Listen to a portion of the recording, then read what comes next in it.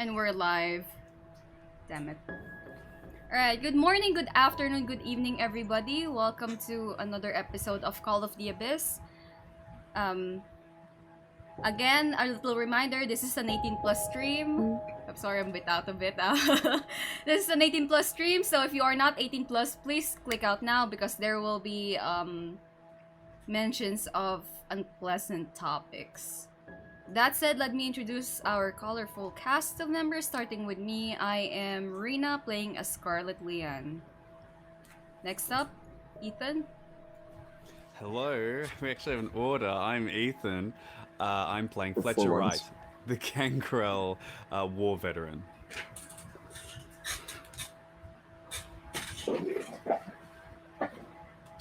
Homie, you on mute.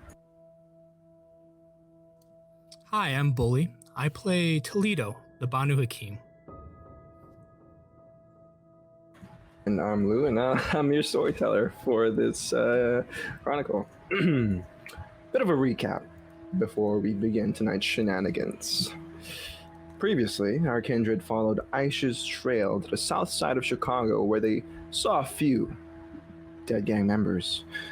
After a bit of poking around, they find Liana and Aisha, who seem to have been investigating the curious meeting between two rival gangs. Some shenanigans later, they discover that this massacre was a result from a third-party group that gunned them down. They make an assumption that perhaps the Italian mob are making moves of their own in the city, and they are growing bolder by the night. The next evening, Toledo set out to find a safe storage place for his haunted sword, ending up at the prestigious Succubus Club. He finds Daniel there, who promptly invites him to a party that will soon be held by the Hecata. Toledo then spoke briefly with Portia, who also tasked him to find a DuPont piece. In the Gold Coast of Chicago, Fletcher, as opposed to Toledo, decided to handle his affairs with a more physical approach. The gangrel war vet broke into Genghis's home and waited for his prey to come. A tussle and a half later, with Diabli and almost being committed, our war vet left sated and satisfied with a large smirk on his face. Scarlett, on the other hand, headed west with Liana to check out a supposed Hecata meeting place. Interestingly enough, there were no kindred there except for the two La Sombra. However, there was definitely some wraith activity. In any case, everyone returned to the haven relatively safe, and we ended with the plotting for the murder of the Malkavian Primogen. Tonight, we begin the evening as all of our kindred awaken. After a rather relaxed night, well, for some, and we'll start with a rouse check.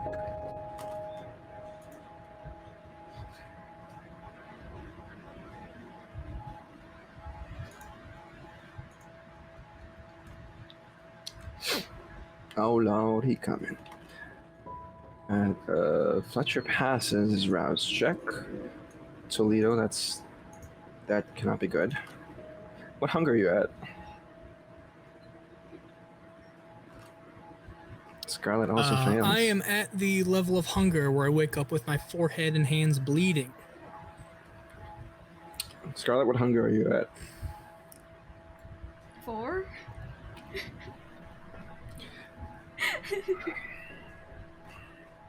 All right, well, that's the case. The beast awakens Scarlett with a rather hungry appetite. It claws at your throat. It lets you know that it's there. It wants that vitae, that sweet, sweet blood. You can almost hear Celia's voice whispering amongst the beasts within you, telling you to eat and consume another soul. But since you only had 4 hunger and no visible blood in sight, you maintain control, but you awaken with that parched feeling. Toledo, on the other hand, well, more or less the same with Scarlett, except yours is a little bit more visible.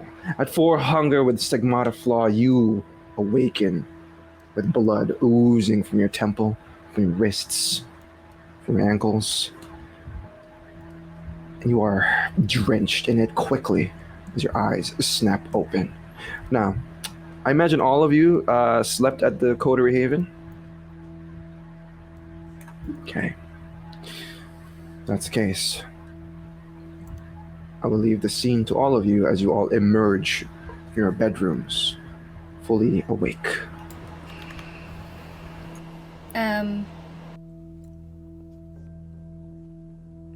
You guys would immediately notice Toledo looking a little bloody. Yeah, he would stumble out, bleeding. I've been attacked What? Wait, what? by the Holy Spirit. It's all good. I need to go feed, though. Fucking ghosts. Can you stop blaming the ghosts? They're cool. Actually, I'm in a bit of a predicament. I usually enjoy myself a blood bag, but I have noticed as of late that they just don't quite satisfy the way they used to. Which is a pain, because when I get hungry, I look like this. And when I look like this, it's hard to hunt people.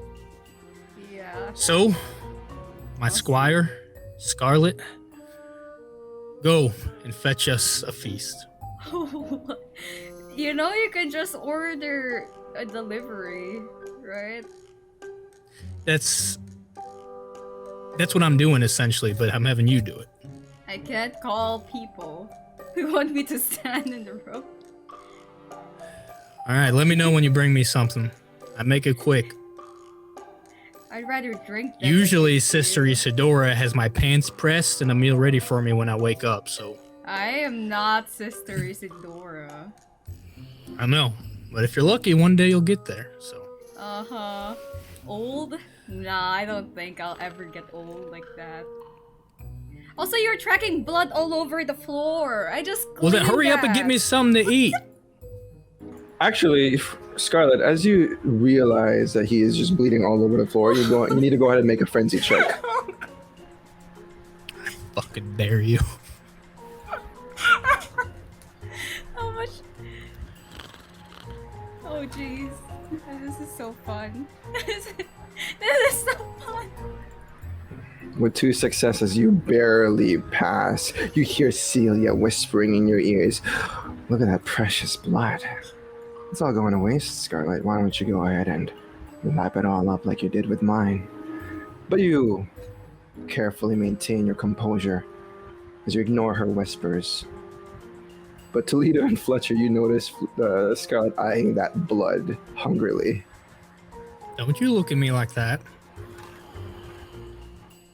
Like what? I'll smack... Go get us Yeah, food. What are you I- still doing here? But I don't. I can go out and hunt. Go I on, guess. get. Thank you. Jeez. Freaking old people, I swear. Lazy. Can't even hunt for their own food. Maybe he doesn't know how to hunt his own food. So I'm walking away. Start to get the kunai out and then just slowly put it away. Just let her go. Let her go. Sarge, how are you doing? General, just observing the view. Doing wonderfully. A lot more peachy than you two, it seems. Yeah. Sorry about the mess. I know this is where you and her stay more permanently. As long as the blood doesn't start flinging itself around and I have to nail it down somehow, that's fine. I've been hitting the books. I will come up with a solution for our ghost problem. That's what I like to hear. Well, if you need any... Actually, no. Don't ask me if you need anything. My credit card bills have just come back and... Some of the expenses charged to my account is a... We'll talk about it later. That brings me to another point. I actually spent all of my money on that haunted sword, so... Yeah, of course you did. So, I might need you to float some things my way, but You need some pocket yeah, change. we're fine for now. We're fine. I will need you to pick out what sort of what you want your ghost fighting outfit to be. Ghost. But what I'm gonna do is I will incorporate wards against spirits into our clothing. So Hawaiian shirt. yeah, just have one in mind. That'll be like, this is my go-to ghost fighting Hawaiian shirt. Just start thinking about it now, so by the time I'm ready with the ward. All right, maybe I'll splash out a bit in a black and white one. Sure. It's kind of ghosty. Also, how do you feel about Scarlett doing more chores around here?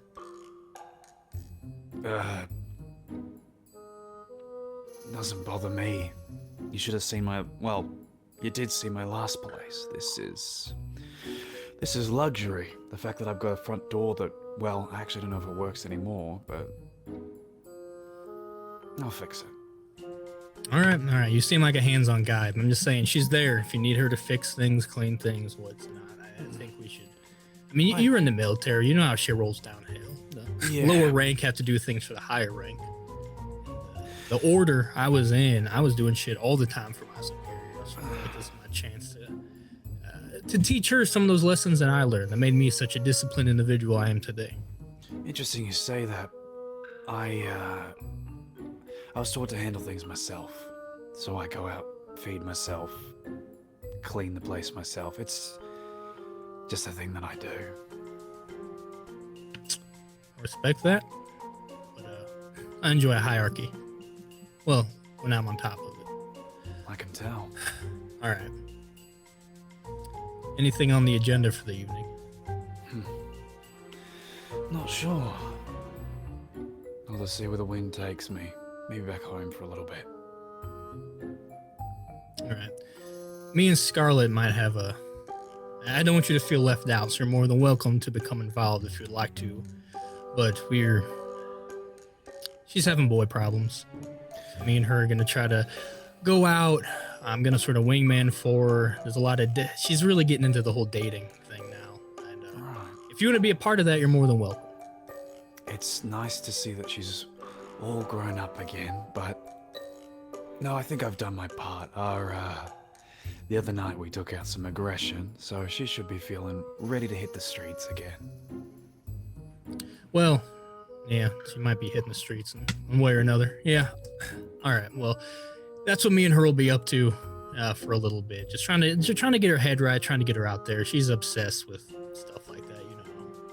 People her age are, so. All right.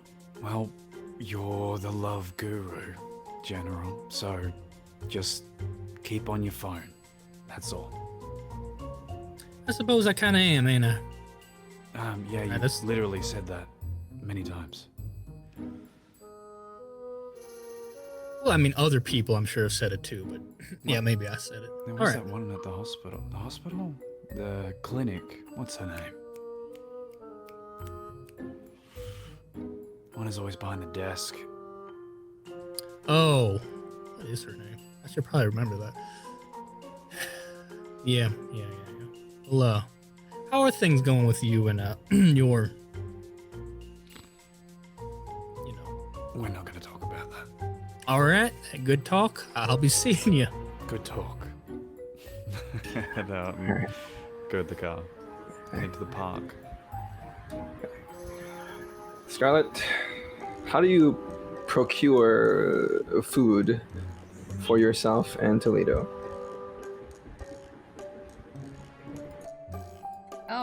Probably just compelling somebody to follow me. Are you gonna do a hunting roll, or are you going to just use dominate on an individual? I'll do a hunting roll. Alright, since you are a siren, I believe your hunting roll is your charisma and your persuasion? Yeah, I think it is.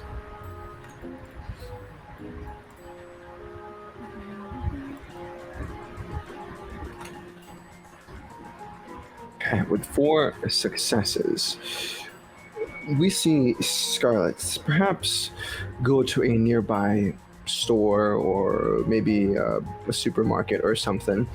And the nearest individual she sees, perhaps not exactly her type, but will suffice for the evening.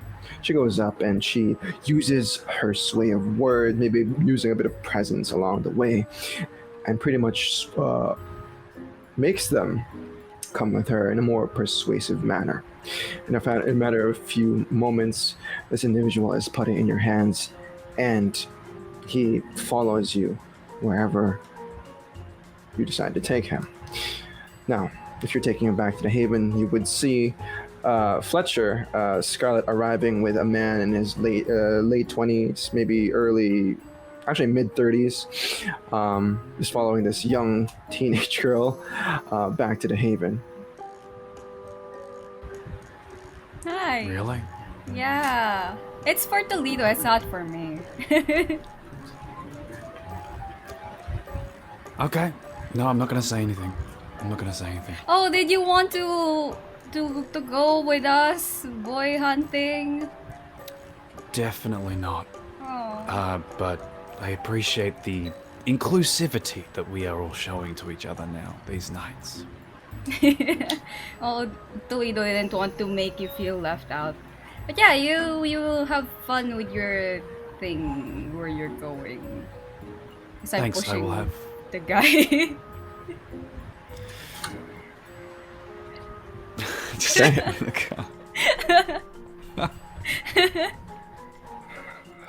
Pushing past this situation, we end up with all 3 of Toledo, Scarlett, and this random individual back at the Haven. What do you guys do with this person? You want to eat? Yeah, once I hear the door open, I'll just come out and see Scarlett. You just brought one? Yeah. All right, well, dibs. And I'm just gonna close the gap and begin feeding on him. Before the guy can even make a peep, your fangs end up upon his neck, and you begin to drink that fresh blood. Go ahead and make a frenzy check for us, as this is you're at 4 hunger.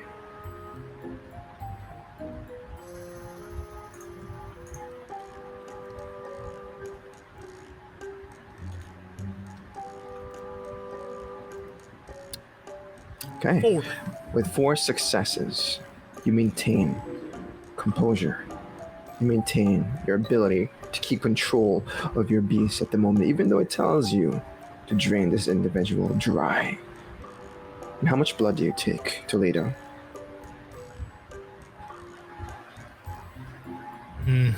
We got a lot to do. I don't have time to be feeding.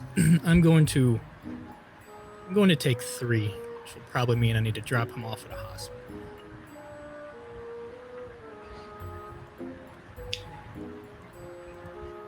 Scarlett, as you witness this feeding take place, you can feel that beast stir within inside of you as well. You see blood oozing from Toledo's mouth and person's neck.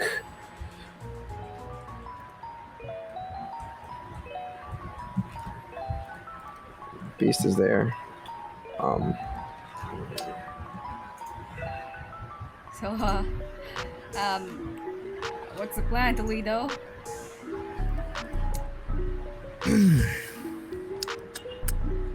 Not bad, not bad. the person drops to the floor immediately as he begins to feel hypovolumic shock. I think it's what it's called, where he is completely lacking of blood in the moment. He has barely any left. I'm gonna swing by the hospital because I need to drop him off there, and I need to do some recon. You, I believe, need to speak to a certain Lasombra. Yeah. Ugh. I'm gonna get a feel for. I like to plan these things. There's a few things we're gonna have to do, but step one is recon. That's what I'll be doing. You make sure you know what you need to know, so we can do our plan. I told Fletcher that we're gonna be looking for boys this week, so Oh yeah, that's what I told him too. I am proud of you, Scarlett. Well, Yeah, we so offered. We are technically looking for. We're looking for a certain boy. We are, and yeah, I offered him, and of course he wanted nothing to do with it. So shouldn't be too suspicious if we are out and about. Yes. You are you going to buy a cloak or should I? I still call dibs on the cloak, by the way. I'll buy you a cloak. Never mind. You I'll take do the. it. You take No, the I need mask. to. It needs to look cool, and I have a better sense of fashion than you do. I'll buy a cloak. Okay, you You can buy wear the your cloak. original. I'll wear the original. You wear the original. I get the original mask. I got the original cloak thingy. That deal. Yeah, deal. Okay. Alright. Where do we meet up after? The church is probably the best place to be discussing these things. Just me there, kindred wise. Okay. Just in case. This is the Camarilla gave us this place. Fletcher's around. There's a ghost here. I'd like there to be less prying ears and eyes. So let me swing by the church. Alright. I'm gonna head towards the Diamond Yama. Okay. Toledo and Scarlett head off for the evening. And as mentioned in the previous session, that the two of you will be doing a few things that will pretty much take up the evenings. Toledo, I believe, doing some reconnaissance, scouting the place out, mapping the layout of the hospital, as well as perhaps studying Newberry's movements, whatever you can study from a psychopath. And Scarlett trying to learn the ways of oblivion from an elder Lasombra. But we'll pick up the scene with Fletcher. As I imagine you're on the way to the park, and you are going to meet Rosa, I believe. Exactly right. Okay. Fast forward a bit. Do you make any pit stops along the way? Any preparations? Always gonna bring a gun. Always gonna bring a gun even if I don't need it. So I'll bring a machine gun in the back of the car. But that's about it. You bring a machine. Alright. Okay. Any other stops? Since you're going to the west side of Chicago? I think I want to get this out of the way first before I Okay. do any other stops. Don't want Sure. to keep Rosa waiting. Absolutely. You arrive at the, I believe, I forgot what park it was. Garfield. Yeah, Garfield Park. And you know exactly what to do here. Being a gangrel yourself, you know how Rosa operates. She likes to be in the woods. She likes to be hidden in most cases. But she did summon you here. As you enter the heavily wooded areas of the park, perhaps some meters away from some distance away from the lake or the small ponds that is a body of water, you hear perhaps a few whispers here and there from a young lady. As you walk through the heavily wooded areas, you walk past the tree line and whatnot, you would see a red-haired individual.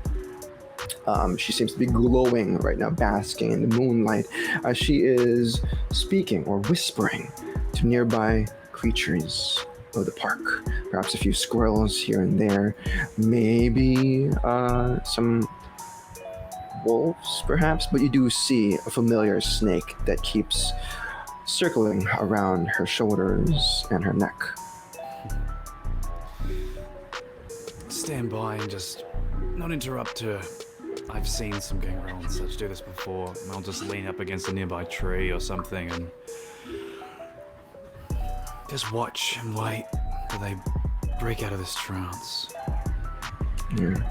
You know that Frankie is currently in the middle of maybe communing with the animals, seeing what they have to tell her, maybe getting a bit of their secrets, as you know that animals are not just animals. They do have their own intelligence, and sometimes they do hold valuable information if the right person asks for them.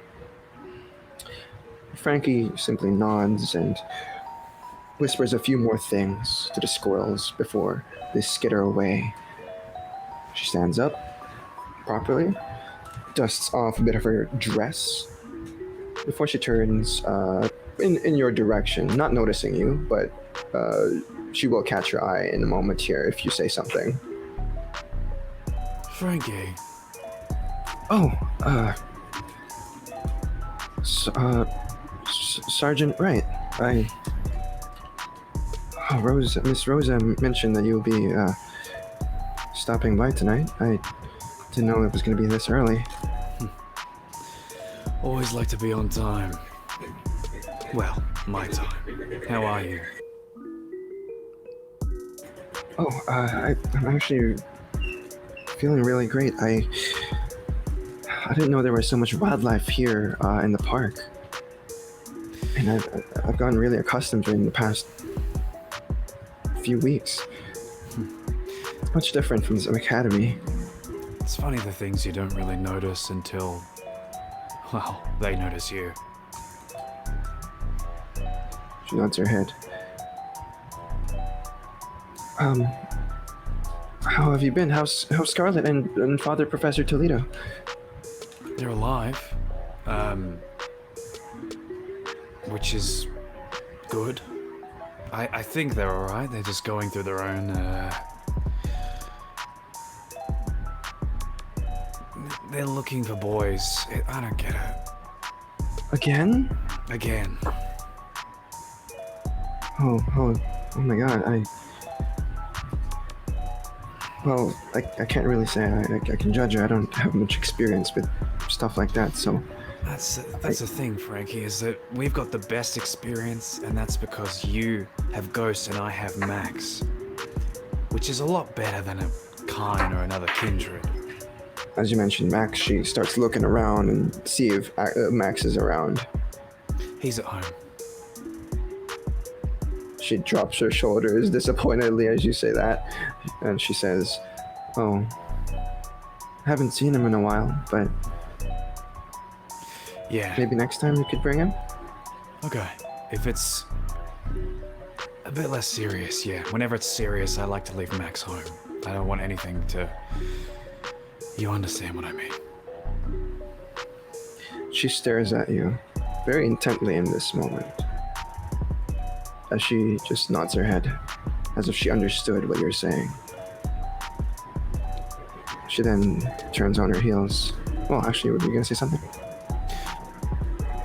Nah, go ahead. She turns on her heels and you guys... Oh, she actually starts walking. You hear the soft footsteps of Frankie. She carefully avoids any twigs or any crisp leaves that are on the ground, not to disturb any creatures that are probably asleep in this moment. But eventually you guys get to the body of water in the middle of the park. She looks up and she says, "It's a nice evening out, isn't it?" Yeah. If, it weren't for all the light pollution, you would swear we were in the middle of nowhere.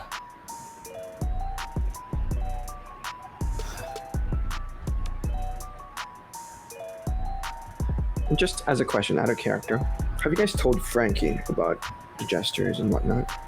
Any discoveries you made? I would keep Frankie out of it. She's so young. She has her own kindred things to deal with before she even gets to that point. So no. Okay. She turns to you as she says, How's the investigation going? Which one? As a hound these nights, I'm investigating every little turned over rock and... The ones with the red cloak, she says eagerly.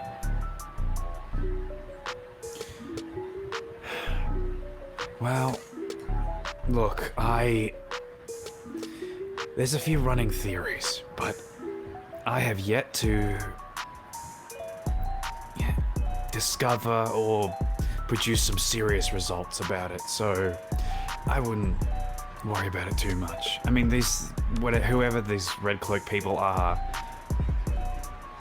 they can die. I shot one pretty good a long time ago, and if they can, if it bleeds, we can kill it.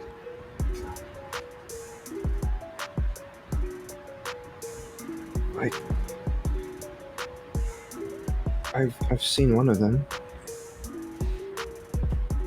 They've been watching you, have they? No, it was 2 years ago when we were barely embraced. It was back in Russia. Yeah, we saw some footage recently of Russia and them being there. Not too surprising. It felt very cold and empty when they approached, and I didn't know what to do. It was just complete darkness, and I couldn't find Ghost at the time, and I was separated from Scarlett and Brian. Yeah. They, use abilities that you've seen before. And Frankie, you need to stay away from this. You get me? I've been through a lot of fucking shit. I've been fighting Sabat for a long time. And I know what these guys are capable of, if they are what I think they are. And you need to stay the hell away from this, as much as you want to get involved. She just nods her head slowly, but you can't tell if she wants to stay away or she wants to get involved. She is, after all, involved in all of this somehow, along with Scarlett. The silence is broken up as Rosa enters the scene. A little early, isn't it, Fletcher? See, you found Frankie. Yeah, I know. Me early? What a surprise. I'm just admiring the serenity. Alright. Frankie, why don't you go ahead and do that thing I was telling you about? Frankie just nods as she makes her way out of the scene, disappearing into the forest line. Been teaching her something. Before, she could only commune with her ghost. Her pet ghost. But now she seems to be more eager than ever, speaking with all the wildlife here. It's very natural for her. Perhaps that's her path. Some of us like to change ourselves, some of us like to just bear out the weather, and some of us like to talk, communicate, protect, and be with the pack. And some of us like to rip other kindred's heads off. She looks at you directly. I like those ones the most. Uh-huh. She's special, this one. She's heard whispers from the animals. What do they say?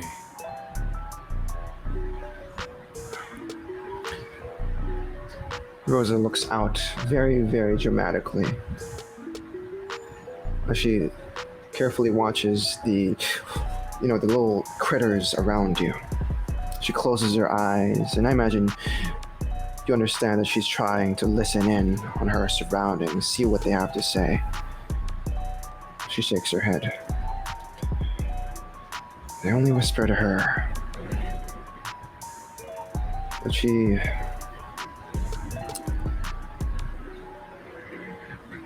found out that there's the patterns of how these herds of animals move and migrate. They're changing. Changing how?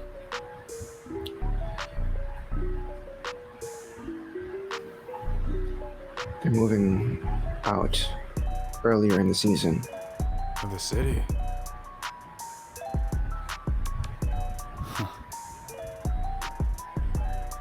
Yeah, okay. Their senses are better than ours. They must feel something's coming. It's middle of the year. They're not supposed to be migrating until fall. Maybe late summer, but I don't know, Fletcher. The local gangrel aren't talking either.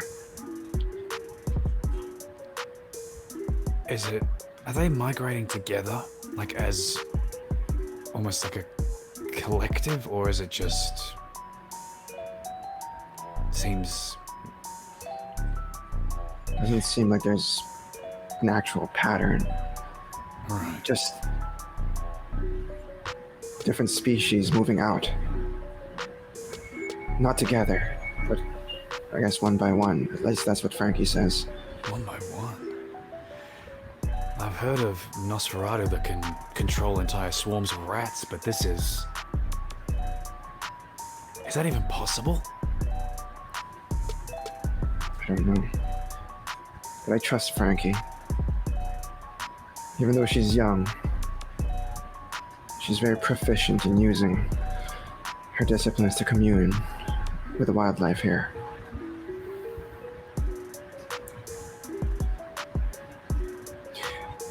I'll cut straight to the chase. Fletcher, I need you to find the other gangrel.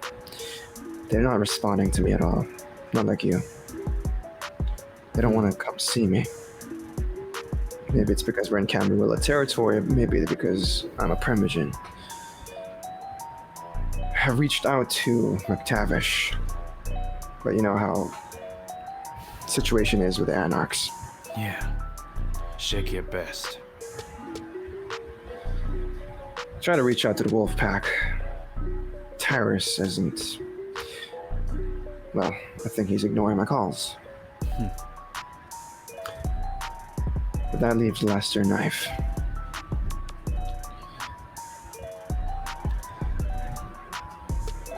What do I know of Lester Knife?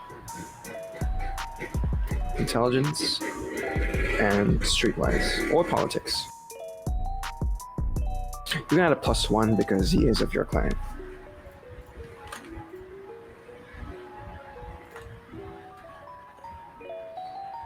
And with 2 successes, you know that he is Camarilla kindred.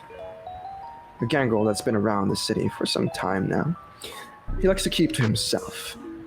He is of Native American descent, and he usually just stays away from the cities.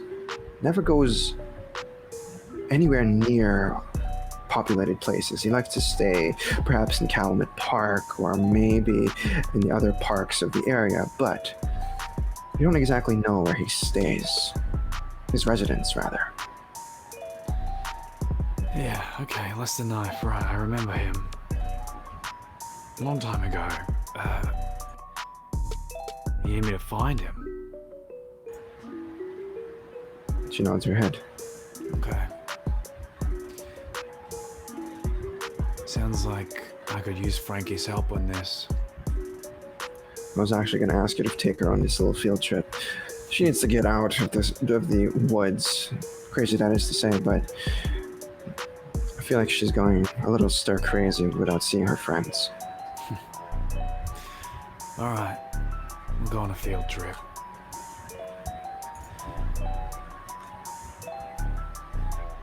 What exactly, I gotta ask, Rosa? Do you have a theory? What exactly are you worried about here?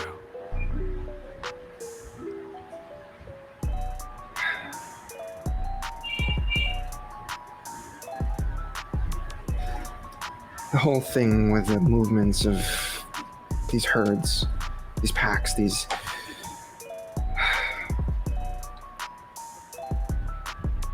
It kind of coincides with the reports I've been getting from the south side. There's been werewolf sighting. There's been blue pine sightings. And they too are spooked.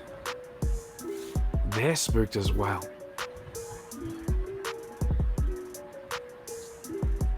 Fucking hell. There's something going on, Fletcher. I mentioned it before. The air is definitely changing. It's not the pollution. Yeah. If somebody's got lupine spooked, then it's pretty fucking serious. Okay. And the sooner we get to the bottom of this, the quicker we can take action. Right. There's no easy way to tell you this, Fletcher, but if there is something that goes down with whatever creature out there is making the wildlife move away from the city, we're gonna need to kill it. Yeah. Yeah, so we don't get those lupines spooked to head north. And then have another fucking second war in our hands. Yeah. Fuck. Okay, I'm just gonna get Frankie. We're gonna get straight onto it. This is. Thank you, Rosa. She nods her head. I'm just Ask Lester what he knows. He is very in touch with the city, the roots of it, rather. All right. Can I get your number so I can contact you straight away? You already have my number. Fantastic. Perfect. This new phone is sort of upside down. I don't really get it. I get it. Okay. I'm gonna grab Frankie and we're just gonna go. Okay. And you can find Frankie quite easily as she continues to commune with animals nearby. Do you have feral whispers? You don't, right? No, just Bond Familist, that's all. Okay. Then you wouldn't understand what she's conversing with a nearby sparrow. But I'll just walk up behind her, put my hand on her shoulder. I have no time to waste. Be like, wake up, we gotta go. Now. oh. Okay, where are we going? We're gonna see some friends. Of both yours and the clan. Her eyes widen as she says, okay, in a rather chirpy manner. And she follows you out to your vehicle. You don't have your red car anymore, so this is a stolen vehicle.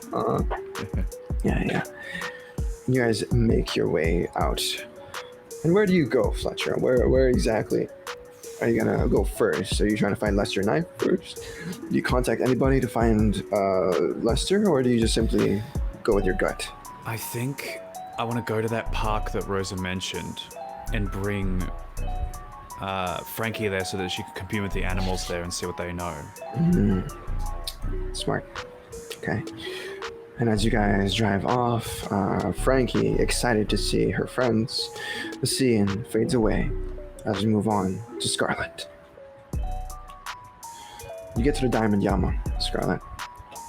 and you make it to the top floor. The bodyguards let you in, and in her penthouse suite is a beautiful Miss Sierra Van Burr. So she sits there cross-legged, reading the newspaper in her hands.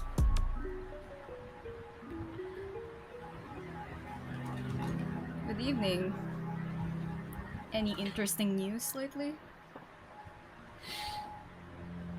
A couple stocks rising in price, some dropping, but nothing more than that.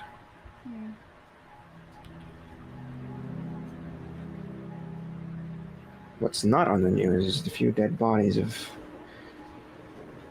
your men. The Hecata are trickier than we thought. Your sire is a pain in the ass. Well, I gotta get it from somewhere. But yes.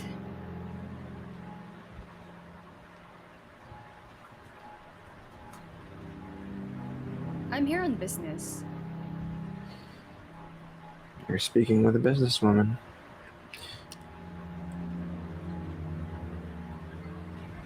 I need to learn how to become one with the shadow.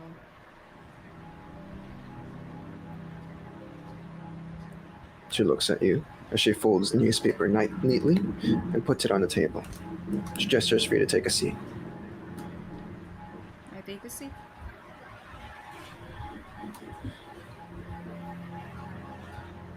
How to become one with the shadow. A neonate like you, of course, has your own ambitions for power, but let me ask you why. You've asked me many times, but I've never asked you why. I was told by someone that it's either the shadow takes over me or I've overcome it, and I want to overcome it. Did a neonate tell you that? No.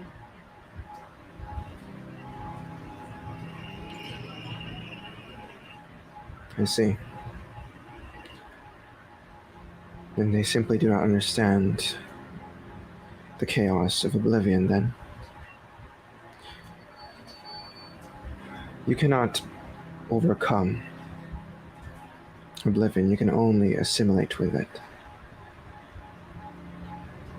The shadows are far more powerful than our blood, Scarlett.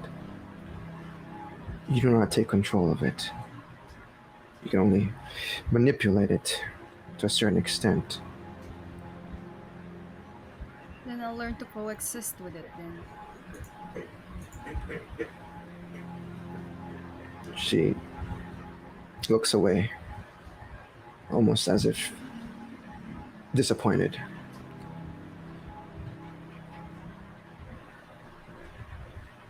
How badly do you want to learn how to coexist with the shadows? I'm here right now asking you for it. That's how badly I want to learn. Every neonate asks for more power. I need to know why. I don't want to hear that you've been told by someone that you need it.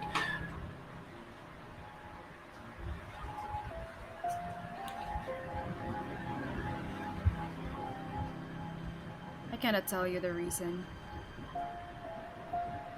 But I assure you, it's not for a selfish reason.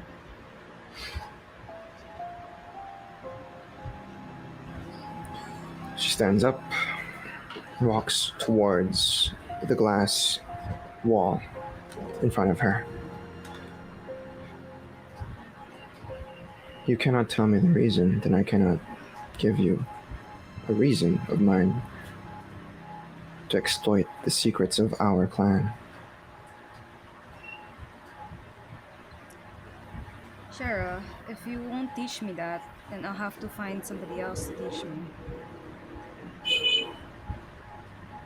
And who knows what they'll teach me.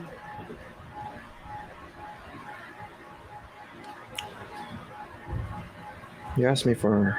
You came here for business reasons, as stated, yet you present nothing on the table.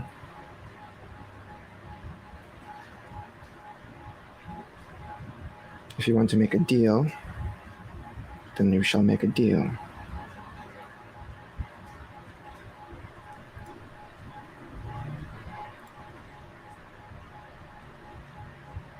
Let's do it. What do you want? The reasons why you're doing this. Self-defense, Shara. Not good enough, Scarlett.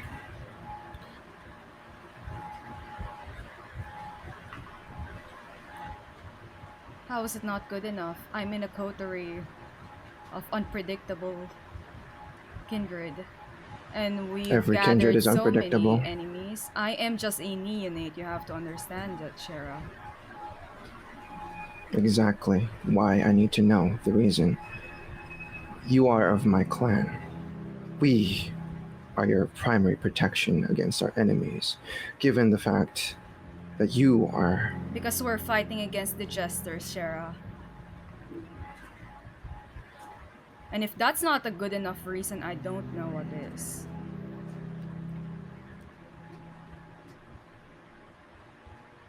I assume you've heard of them. You know of them. Of course I have. Of course I have. I need to know something more deeper, more concrete than that, Scarlett. I need you to understand. Before you understand Oblivion, you need to understand yourself. The children of the night, the children of the shadows, they seek knowledges that may endanger not only themselves, but the entirety of the clan. You might think you're defending yourself, but are you truly defending yourself and the entirety of the clan? Or is this something a selfish neonate would ask for? That is why I need to know the reason.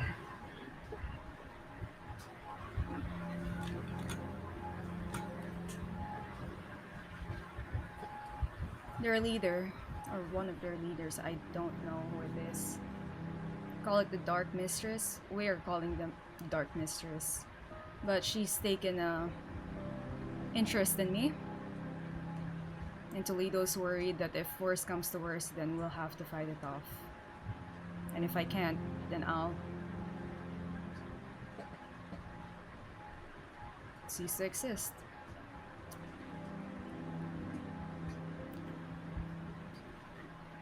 She can turn into shadows as well. She was there when Diablo raised.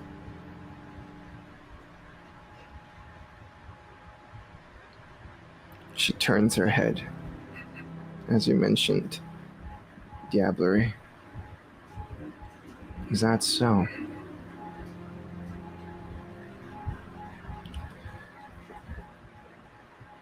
That poor girl didn't deserve her fate. We both know how fickle the beast can be.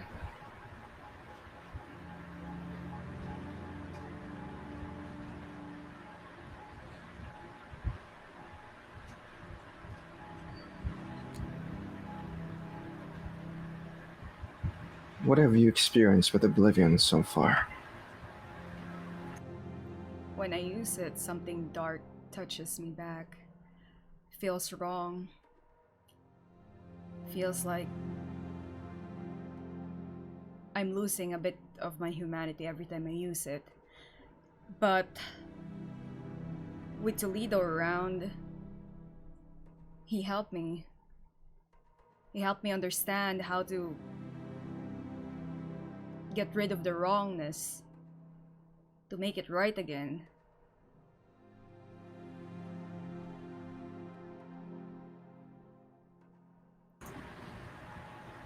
They promised me that they won't let me lose myself in the process of learning this power, and I trust them. So I want to know, Shara, are you willing to teach me or not? You dare raise your voice against me. You ask for help, yet you disrespect me in my own domain. I do apologize for that.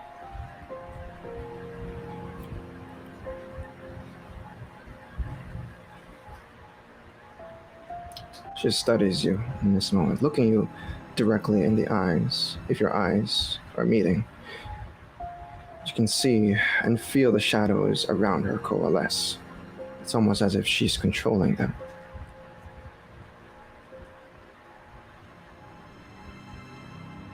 There is no way for you to learn oblivion without making sacrifices. And this humanity you speak of, the ones your coterie members are trying to prevent you from losing, they will not be able to assist you if the darkness takes over. They are not La Sombra. They do not have that innate connection with it. And that is why it is such a dangerous power to use. Once you are lost in the shadows, no one can guarantee when you'll be able to get out, if they'll be able to pull you out. That is why I go back to my previous statement of assimilating with it. You cannot control it. You cannot own it. That is the first mistake.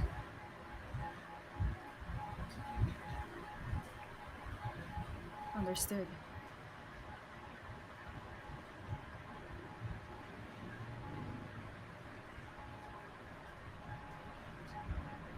Search the deepest parts of yourself.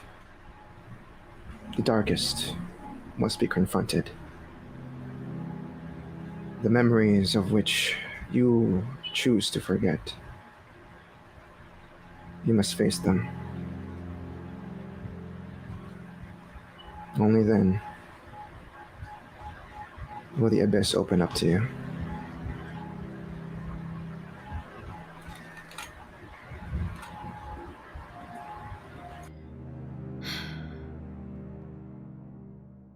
I understand.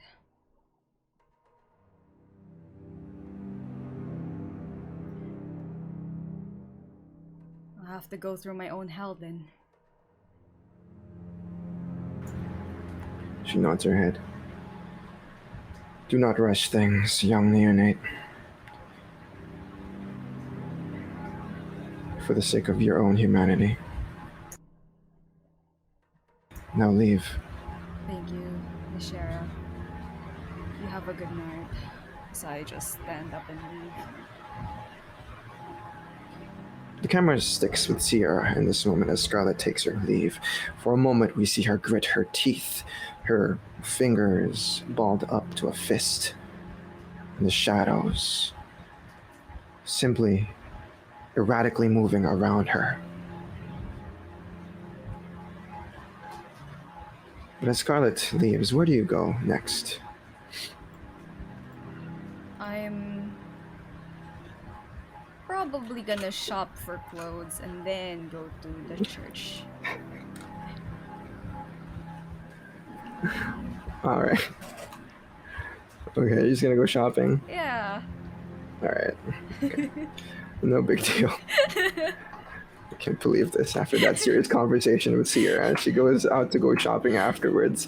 I mean, I Alright. go get coffee, but I can't really drink, so I'll just go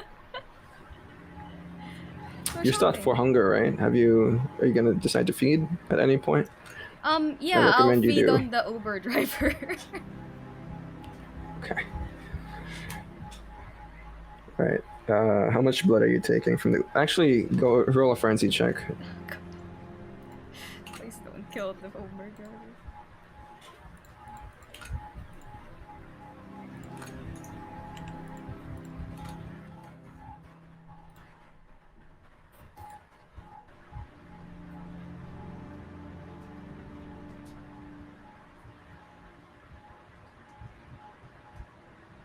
I got a 4. Oh, 4 successes. You are able to control the beast in this moment as you feed upon this poor Uber driver who's just dropping you off at I imagine, the shopping center or Haven, whichever. I imagine you're going to get back to Haven at some point anyway. So let's just say that you are on the way home after shopping.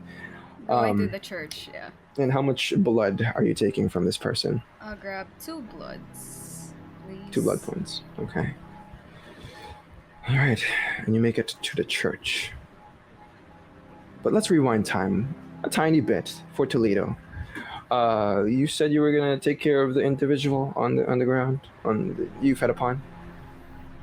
Yeah, just drop him off at the hospital. Okay, all right. Then that's easy enough. And you're heading to Jason Newberry's establishment, Lakeshore Hospital. I'll probably drop him off at a different one, actually, just to not be involved in that. And then sort of on the way, and then go to Lakeshore. Okay. Easy enough. All right. And as you do, you go, what is your plan? Are you just scouting the place out, mapping the entirety of this place? Yeah. Obfuscating and just walking around. Just really becoming familiar with the layout. Watching some of the employees, getting idea for that. Any security. And of course, specifically, Newberry doesn't strike me as a type of person with a routine, but never hurts to see where he winds up more often than not. Okay. Well, I need you to make 2 rolls for us. The first is a wits and stealth roll to see if anyone actually spots you or recognizes you. Let me roll some everything, because this is important. It is.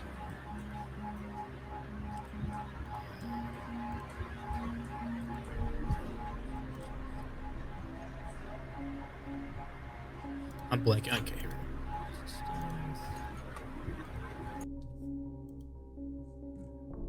4. With 4 successes. Okay, let's keep this noted. And do you talk to anyone at all during this entire time? No. Or just... It, like obfuscated, invisible, just a ghost moving through this place watching. Sure. Okay. Roll your intelligence and investigation next to see if you can map the place out and commit to memory for the future.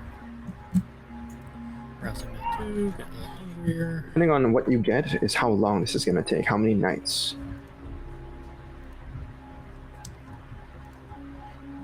Ooh. That's 9, because that's a crit. That's 9 successes. Okay. Couple things you will see over the next few nights, because I don't imagine you're just doing this overnight. You can't do this in one night, after all. Because if you do follow his tracks, and you will with these 9 successes, you will learn a couple of things. But the first thing you see is that there are 4 floors to this hospital, and Jason Newberry goes by Dr. Loomis as his mask. He likes to pretend that he's a wonderful doctor who is very professional in most cases. But with those 9 successes, you notice a few suspicious things about Newberry. He pays very, very close attention to everybody on the psych ward and the upper wards where the elderly are. If you stick around and follow him using your obfuscate, you would notice that he has very lengthy conversations with them. He closes the door, locks it, and he pulls the shutters down. Nobody can see what happens in there, and it's very quiet. He does this for several patients every single night. He continues along with this. He goes to his office, he writes a few things down, and you hear him speak to somebody. Perhaps a voice in his head, maybe 2, but I'll give you this. You overhear a conversation with him freaking out about something. You hear him freaking out about not telling him what to do. You hear him say, "No, no, no, no, no, no. I will not. I will not. No, no, no, no, no, no, no. Not today. Not tomorrow. It will come soon, though. The Lasombra will fall. I can promise you that." You overhear this conversation the first night. And you trail him a couple more times this evening. But you don't find anything else conspicuous, or not conspicuous, suspicious. You do map out the layout of the building itself, though, and you know who works in shifts, you know the faces here, and you commit them to memory. You know that he is very close to some of these nurses and doctors, and likes to spend a little bit of time with them when he's not with his patients. Nevertheless, your investigation ends as he leaves the hospital. Do you follow him? Oh, why you gotta tempt me? No, this is a mission. Our plan is to do this in the hospital. I don't need to risk getting caught elsewhere. Okay.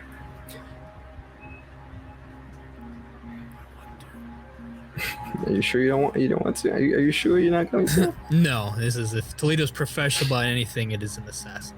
So he's Okay. All right. So she's doing eliminating assassin variables. stuff right now and not making any detours. All right. Okay. Excellent.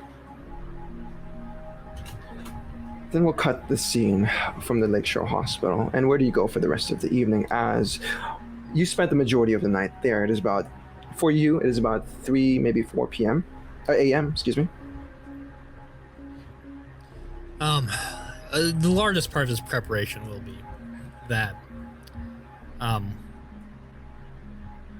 he is going to make a backup stake, a shaft of dissolution, just in case. Mm-hmm, mm-hmm. Might want to. Also, we'll be looking at, now that he understands more about the Jesters, or specifically that it may be more to do with Oblivion and the Abyss and less to do with strictly the Lasombra, he will adjust the stake to reflect that as well. Looking up symbols more for just like the Abyss, for darkness, rather than like the Lasombra crown. So he'll make those alterations as well. Okay. I don't think there are no exact symbols for the Abyss. You would come to find.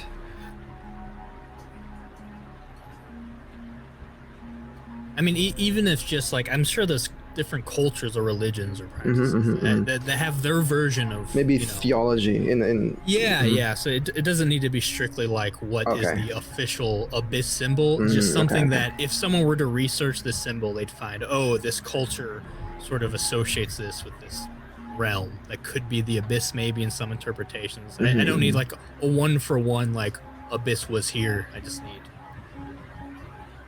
on the offshoot someone researches one of these stakes, it's going to lead that direction. Okay. All right. Not a problem. And as we see Toledo beginning to, create another shaft of belated dissolution, I need you to go ahead and make that rouse check. Is that 2 rouse checks or 1 rouse check? And then your ritual roll. Oh.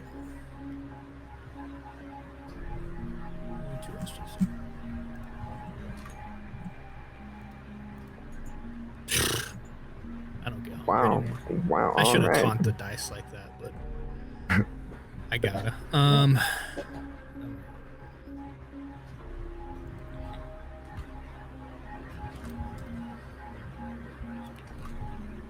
Wow. 9 successes. Okay. Is enough. That is a success for the ritual roll, and you spend the rest of the evening crafting this stake with maybe some symbols of what seems to be the abyss or the darkness or whatever it is you can find in religions. As we dial back the scene here, let's rewind time just a bit for Fletcher as you arrive at Calumet Park. Frankie,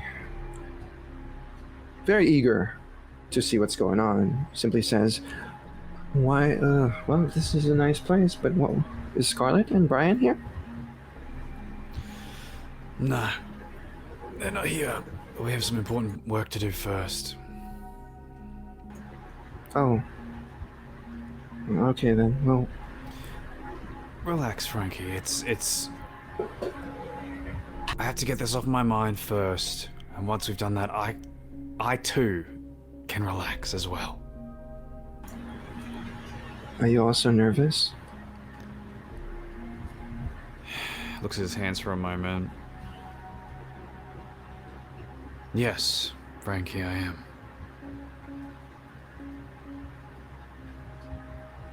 That's oddly comforting. I'm glad you think so. And I'm gonna need your help on this. I can't do this alone.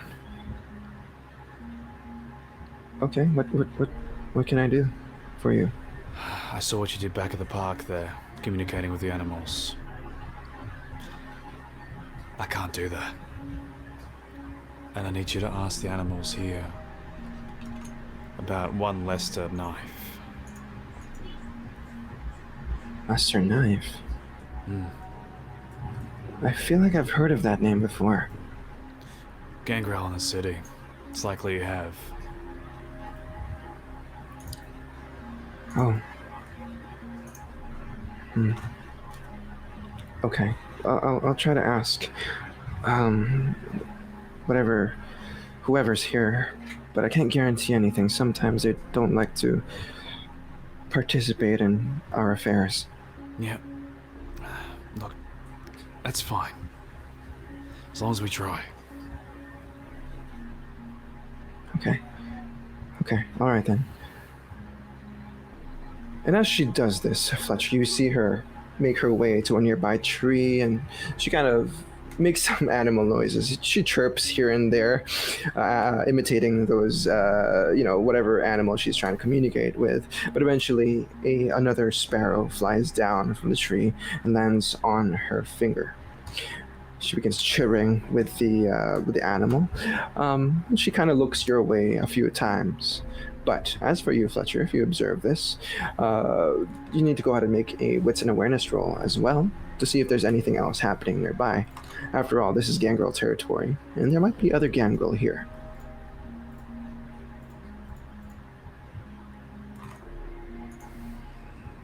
Okay, I would say with 2 successes, he's not hiding.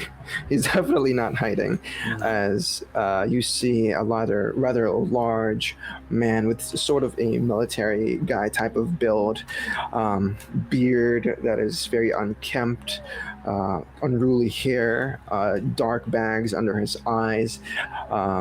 He's kind of wearing like a camo outfit right now, and he has 2 dogs with him, 2 pit bulls. You recognize this individual to be Sergeant McTavish. Yeah, I'll just gesture to Frankie to stay back and step forward so that it's just us two.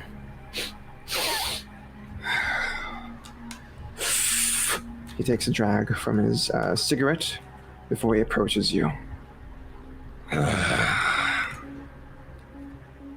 Fletcher. McTavish. A pleasure. What brings you to this part of town? Shown the newbie around. Gesture to Frankie over there. Part of our clan. The one that graduated from that school. Not much to see around here, Fletcher. No. Not much. Tell me, Duncan, have you felt what is happening around here? The city, I mean. Not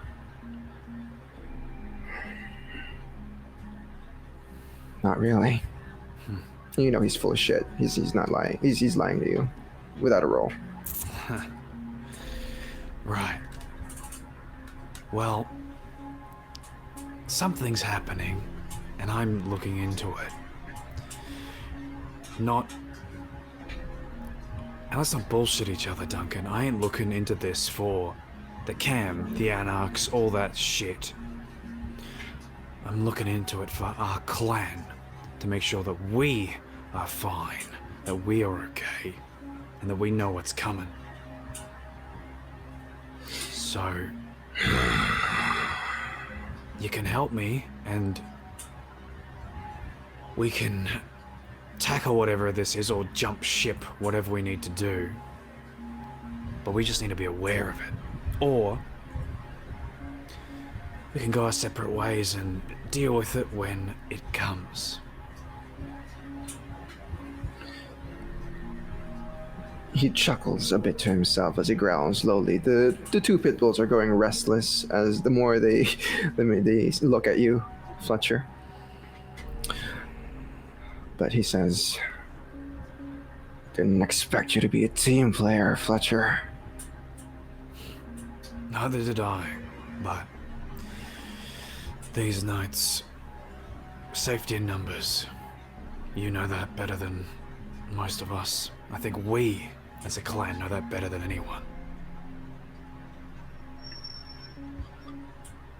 Yeah. All right.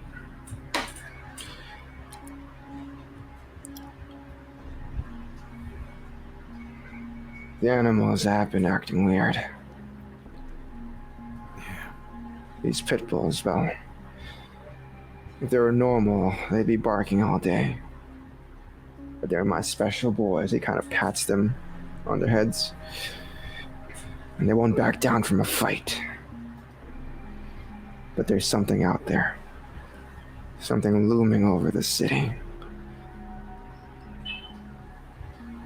Anita's talked about some lupine she spoke with recently.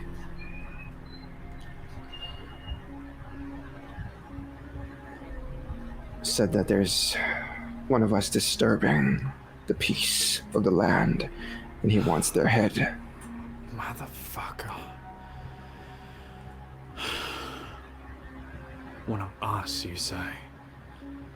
I don't know what their details of their conversation was, but you would assume that the guru are always blaming kindred for bullshit, which I can't blame.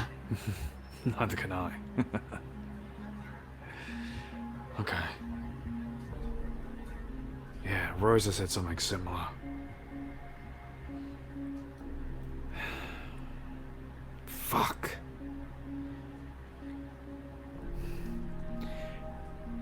If you hear anything else, you've got my number, because whatever the fuck this is, we gotta get on top of it soon. I don't want those lupines coming north and...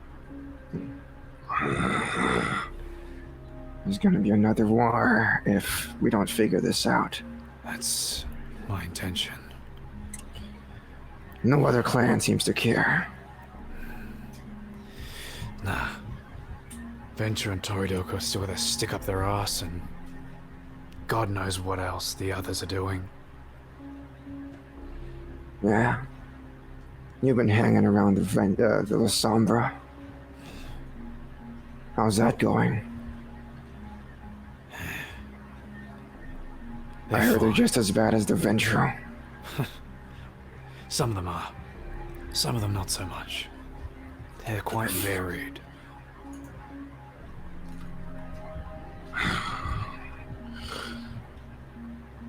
I'll keep you posted if anything. I'll keep you posted as well. We gotta stick through this as a clan, because if something goes wrong, Prince Jackson's gonna put our asses on the front line first. That wouldn't make a difference. We're always at the front line anyway. That's true.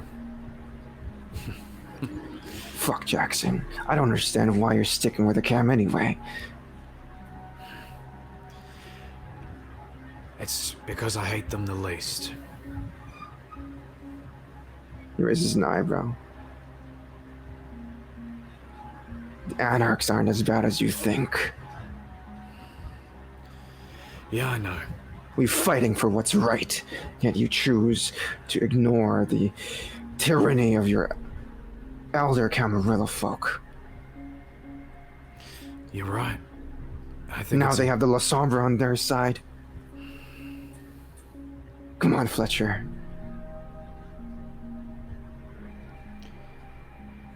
Look, Duncan, I'll level with you. I don't give a shit about the Camarilla, the Anarchs, the Independents, the Sabbat. All I care about is that we fight, and we continue fighting, because as soon as we stop, someone who has been fighting is gonna kill us. We need to keep ourselves strong and aware.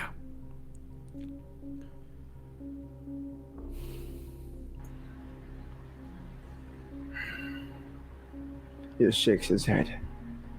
Sounds like a Camarilla lackey to me. As long as we keep fighting, keep surviving, that's all I care about.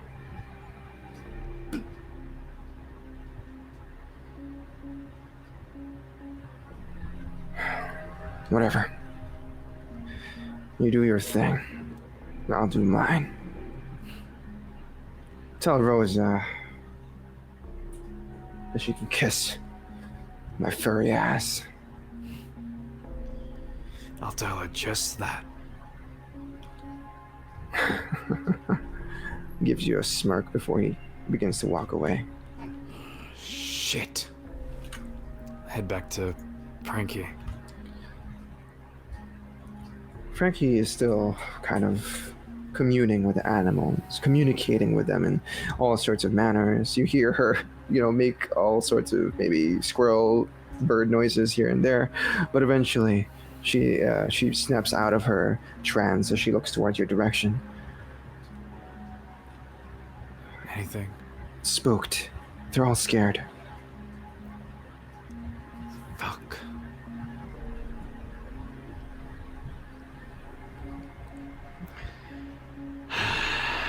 We've just got to keep trying. We'll move on to the next park and try again. Sorry to drag you through this, Frankie, but this has to be done. Okay. Alright. They did mention seeing another gangrel, though. The one with the long black hair. Where? They said they saw him go into the city. Like the Hive? The center of the city? They don't know. She chirps a little bit before the bird kind of just squeaks at her. They just said he was going to the city. Okay, alright. We need to go to the park that is deepest in the city then, and do our best as we can. Maybe there's some house cats or dogs or something that we can talk to. Okay. Yeah, sure. And you can tell that she's beginning to grow more worried by the moment. So am I. But she gets in the vehicle, and I imagine you two drive off. Okay. As you do, we'll go ahead and skip the camera, shuffle the camera over to Scarlett as you get to the Haven. Scarlett, what is your plan? How do you decide, now that with some information in mind, how do you deal with whatever Sierra's told you?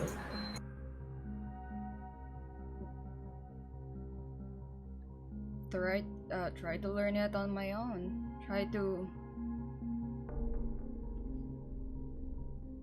coexist with the shadows, if I can. It's like probably try and lose myself and just become a shadow.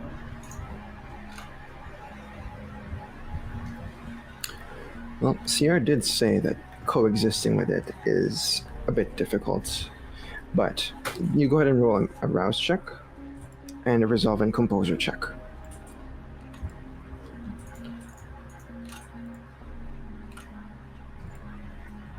resolve and composure.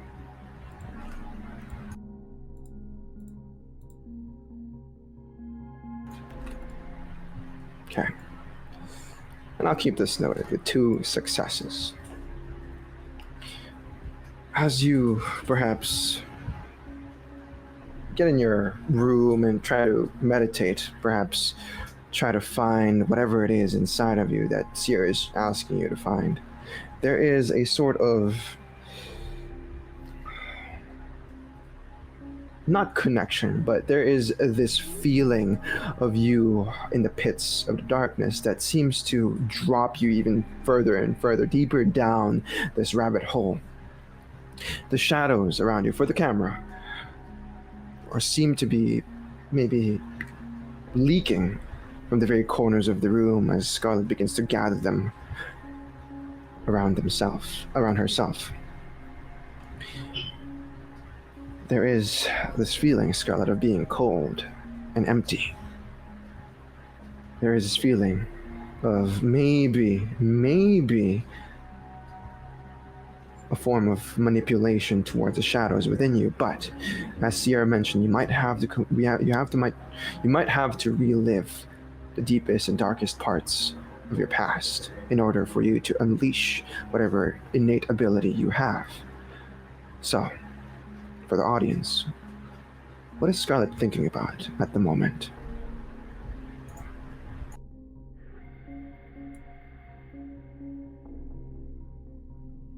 That night, the night where she felt helpless when she got embraced. As we see flashbacks with Scarlett playing Russian roulette, how fitting, with her best friend. We see the scene where Scarlett is sitting behind a table with her childhood friend in front of her, both hands seemingly tied to a 9mm in front of them. One is pointing towards Scarlett, one is pointing towards the individual. We hear the muffled conversation between them, but we get the gist that they are arguing and perhaps fighting for their survival. As we relive the scene in black and white, the scene blacks out as we get back to Scarlett.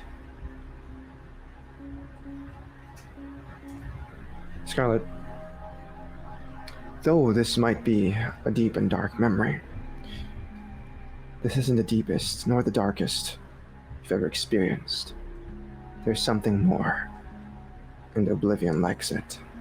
The shadows inside of you begin to tingle in a way.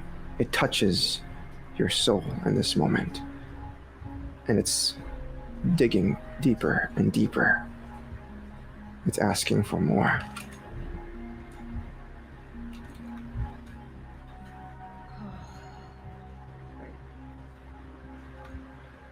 I relive the shootout in the theater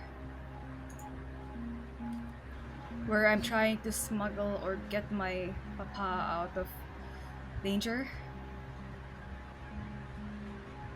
We see another flashback for Scarlett in black and white, as we see her try to get her own father to safety. Her father, a touchstone, one that she's cherished all her life, one that's perhaps the most important thing to her, one who's always been there for her. And seeing him in danger only puts you in more despair, Scarlett, as this is something that you must protect at all costs. This is your father. This is your primary touchstone. He is everything to you. And if anything ever happens to him, perhaps it may cause the beast to stir crazy within and unleash itself upon the world. You feel the shadows, almost like a hand grab onto your heart, unbeating heart, as it begins to squeeze it. Soft at first, before it begins to tighten its grip. It needs more. I dig deeper and think about And- the time I saw my mother get shot down. Perfect. As you dig deeper, you feel a little something. A flashback once again. But we don't see it in the way we normally do. We see it from a child's perspective. We see an attack, perhaps, a fight between two crime organizations, crime syndicate, and this poor woman, Japanese in looks. Long, dark hair, white, silvery dress, not dress, but rather top, and some black mom jeans. We see her fall down. There's no sound, there's no conversations being had, even though we see the gunshots ring out from the distance. We see this woman get penetrated by a few bullet holes as she falls to the ground next to Scarlett. You see cuts as the tendrils of the shadows completely squish Scarlett's unbeating heart. But this wakes you as your eyes snap open from the darkness, as from a distance you see a woman standing. She seems to be fair-skinned. She's wearing a white button-up top and black jeans. She has very similar features to you, Scarlett. Mama? She turns and she begins to walk to the side of this darkness as if she knows where she's going. I follow her? And as you do, it's almost as if everything, this darkness around you, is dissipating. But she is not. You find yourself outside of your haven. You find yourself out in the streets. You can see just down the block is your mother walking. I chase after her. You chase after her, okay? You continue walking, maybe speed walking in this moment. You try to catch up to her, but every time you try to get close to her, she vanishes and reappears just further down the block. I keep following. Okay. We see this scene as Scarlett has made her decision to completely just completely follow her mother, or at least this image of her mother. We see her whine from block to block, from corner to corner, street to street, passing whoever is nearby. It doesn't matter to you. You bump into a few people, but your focus is on this image of her. And you can see her, one last glimpse, go down this particular staircase, perhaps in the subway. I follow. As you do, you get lost once again in the darkness as they come back. For the camera's perspective, for our audience point of view, we see her oblivion sight, the shadowy tendrils emerging from the pupils. But Scarlett, you can only see this image of her as you follow her. You continue down this dark path until she touches an invisible wall and faces your direction before she vanishes once again. As she does, the tendrils disappear from your eyes and you find yourself in front of a very, very old brick wall inside this little cubby of a pathway.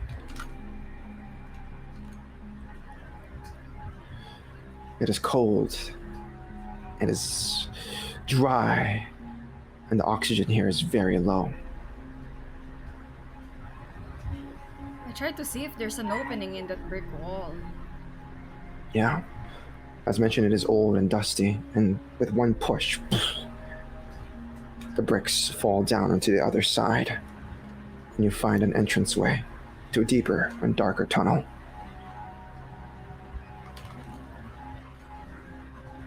I investigate. I go in, Okay. activating Oblivion Sight as I go in, looking around. Okay.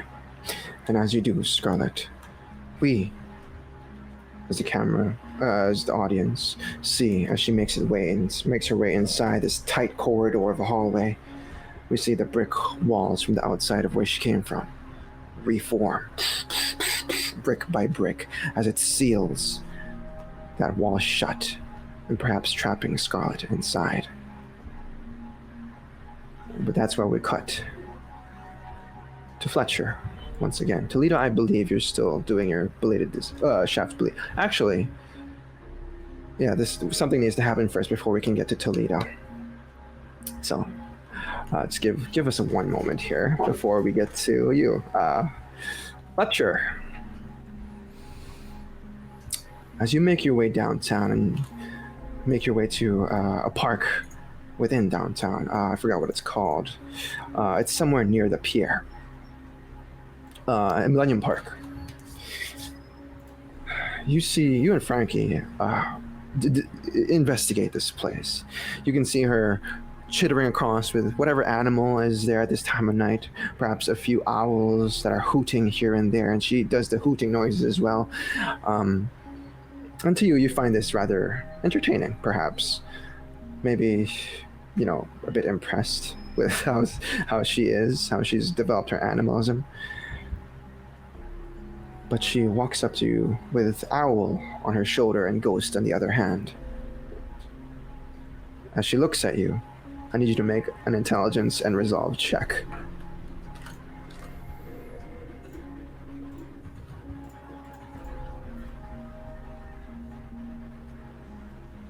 Three. With 3 successes. You've seen this before. A woman with an owl or a bird on her shoulder and a snake on the other. You were reminded of one particular image. The first DuPont piece. My painting. Frankie turns to you as you seem to be lost in looking at her, maybe reliving a memory or this image of her. Sergeant Wright? Yeah, Frankie. Yeah, sorry. What is it? This one told me that they did spot this long-haired Native American man. Where? He seemed to be rather nervous, but he headed off in a particular direction. Okay, can it lead the way? She hoots a few times to the owl, and it sounds ridiculous. It looks ridiculous from our point of view, but perhaps to Fletcher, a gangrel, it makes all sense. It's completely natural. But it begins to fly up in the air, and Frankie tracks it down as she looks up and begins to walk in the direction that the owl is hooting at. As you guys follow. Oh, go ahead. No, just breathing, that's all. As you guys follow this owl, you would realize that it's taking you to a particular location. Taking you to the L. But a more decrepit area of it, more like rundown, abandoned. As you guys descend, get into this little subway tunnel entrance, you guys descend down the steps, and you find yourself in a very dark area. Intelligence and streetwise.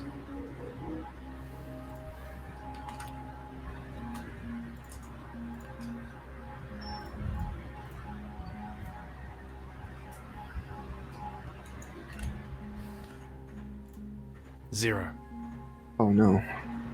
Okay. With 0 successes, you don't know where you're going. Perhaps you're too distracted with this owl, but it lands on top of that tunnel, and it doesn't go inside. Frankie simply thanks it and waves it goodbye before it flies away. Do we just go in there, or? I guess so. I'll activate Eyes of the Beast so I can see a lot clearer here. Mm-hmm. Okay.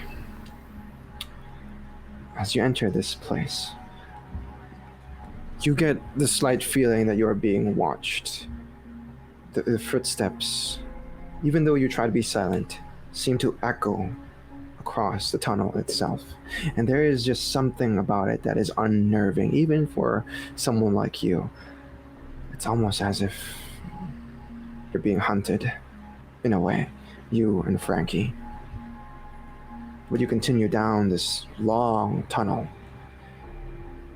that leads to maybe a doorway of some sort that is barred off with metal?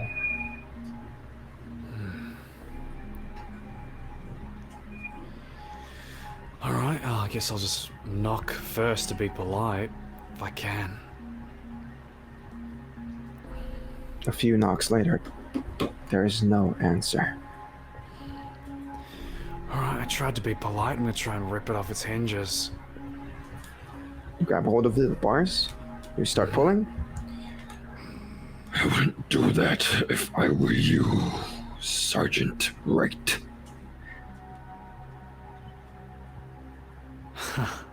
You hear the familiar voice of Waneka. And why is that, Warneka? As you turn to the side, you would see Waneka there looming over you. Very, very large Nosferatu. His hood is up, his tusks seem to be a little sharper than usual. This is no place for you. Why? What's down here?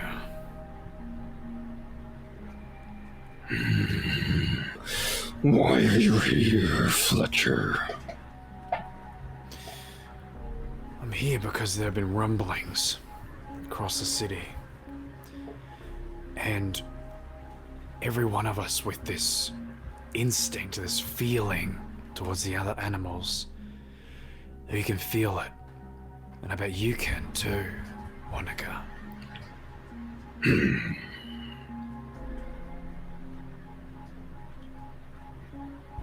Not supposed to be here. This one. He points to Frankie, who is terrified at the moment. Relax, I need her. We're after a man, well, a kindred. Less a knife. He shakes his head. Kindred always bring problems. Masquerade breach. Question mark. He's asking. No. But Masquerade breach is going to be the least of our problems if I'm right about this.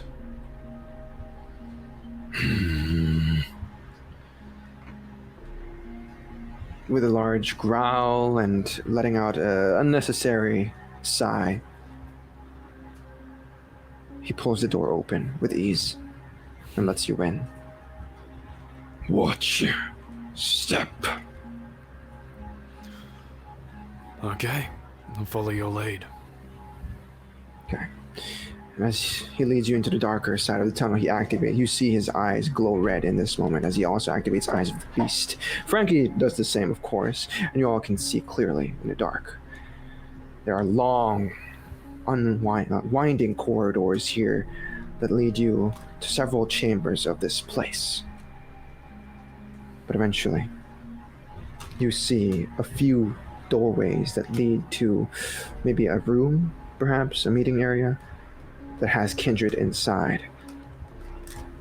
Waneka keeps his eyes straight as if he doesn't want to make eye contact here.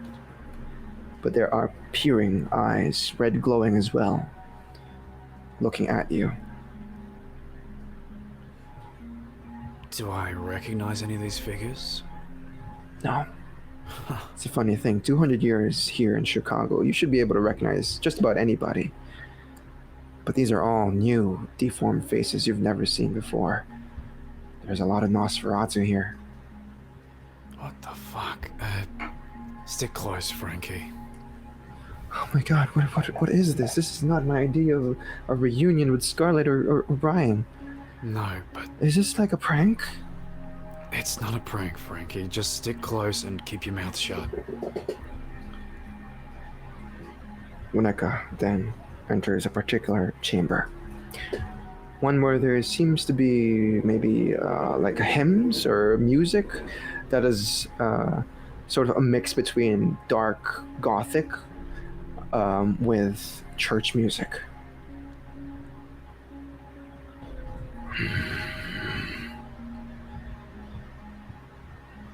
He then stands to the side as one of the occupants here greet you. This person, he seems to be wearing just a white t-shirt that's really dirty and some blue jeans, and he kind of just greets you with his pointy ears, kind of a deformed face, and he just kind of smiles as he says, "Hey, I know you." You have me at a disadvantage. I don't know you. "You're from the Bomb Threat Coterie. Yeah, I know you exactly. You're the one with the La Sombra and the Banu Hakim. We've heard all about you." Yes, I guess I am associated with them in some way. "Huh. Well, it's a pleasure to meet you," he says as he takes out his leathery long fingers and goes in for a handshake. I'll take his hand. Fletcher, right. And you are? "You can call me Ritz. Okay, Ritz. Welcome to the Labyrinth." Labyrinth? "Yeah." Wineka just kind of just rolls his eyes and walks away from this conversation, giving you, because he's pretty much given you the name of this place. Yeah. This is where all of us kind of gather, the outcasts and the people that need help and stuff. Wineka brings people here from time to time too. Didn't realize the big guy had such a good streak in him. Oh yeah, he's a big softie. How surprising. Well, Oh, what brings you here? I was gonna ask you the same thing. I'm after answers to a lot of things. What brings you all here? We live here. Yeah, I mean, that's a pretty good answer. I'm after a kindred, less a knife. Do you know him?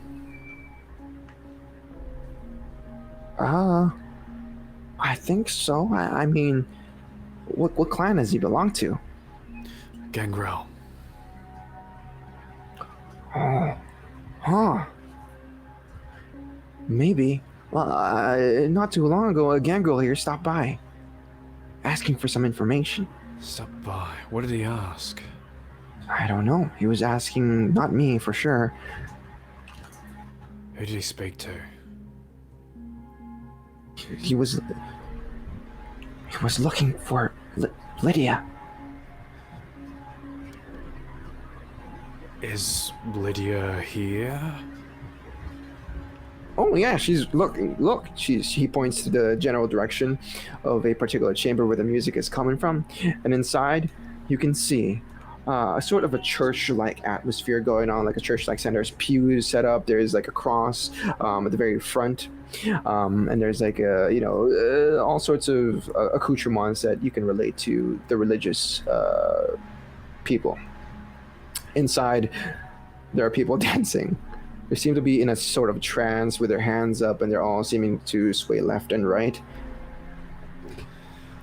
All right, I'll just pat my hand on Ritz's shoulder and be like, "Thank you, Ritz. I'll remember that you helped me. I appreciate it." Cool. I'll head over that way. Okay. And we'll cut the scene here as now that Fletcher is within the labyrinth. Toledo, where do you go? You just return to the Haven? You're at Church Haven? No, I would probably stick around the church, actually. Well, no, I guess Scarlett's gonna eventually be back. Yeah, I'll go back to the group haven.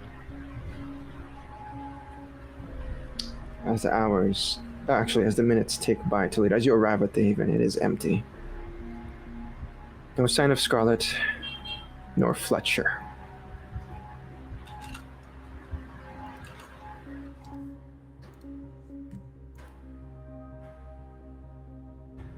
Sun's rising soon.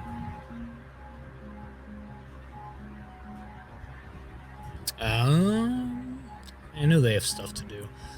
I'll text Scarlett and ask for an update on her errand. But otherwise, yeah, we'll probably just probably brought some of my books with me. I'll probably just stay in and keep going over some blood rituals, just planning the thing in my head and really making sure I'm primed for what will be a rather big hunt for me. Mm-hmm. And as you do this, Toledo,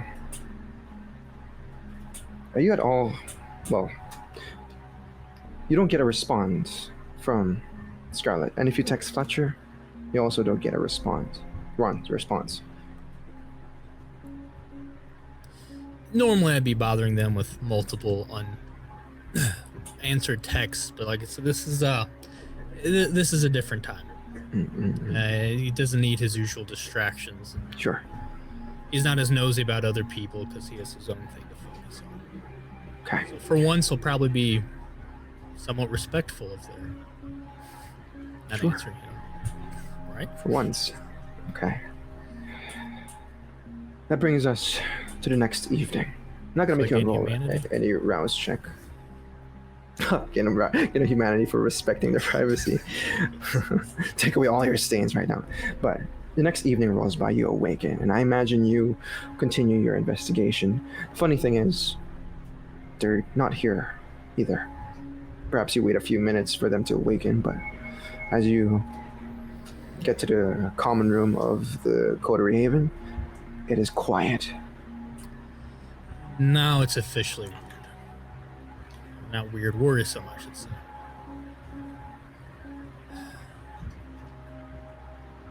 Out of the two, Fletcher can certainly take care of himself better and isn't exactly my ward, so if I'm going to track them down one by one, Scarlett would be first. I know where Scarlett went, so that also causes concern. But I really don't want to go asking questions there.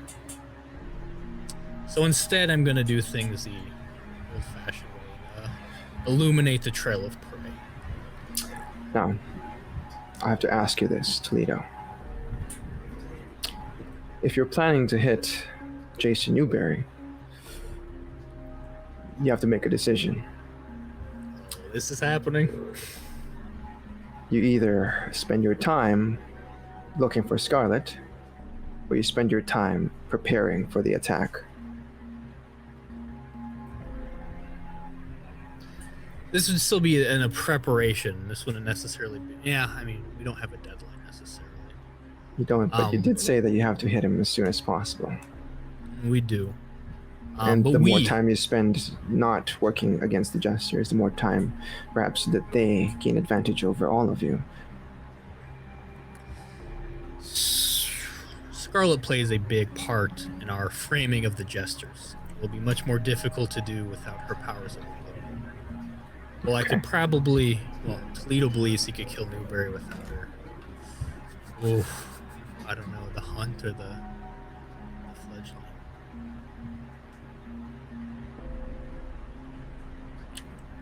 I only ask because this is very important.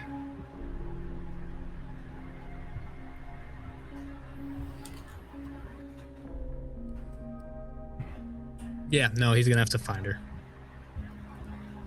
Okay. Because he doesn't really have a way of framing them without he doesn't have oblivion like that. But you could still spend the time by preparing, scouting out the places, studying Jason's, movements and his people he talks to.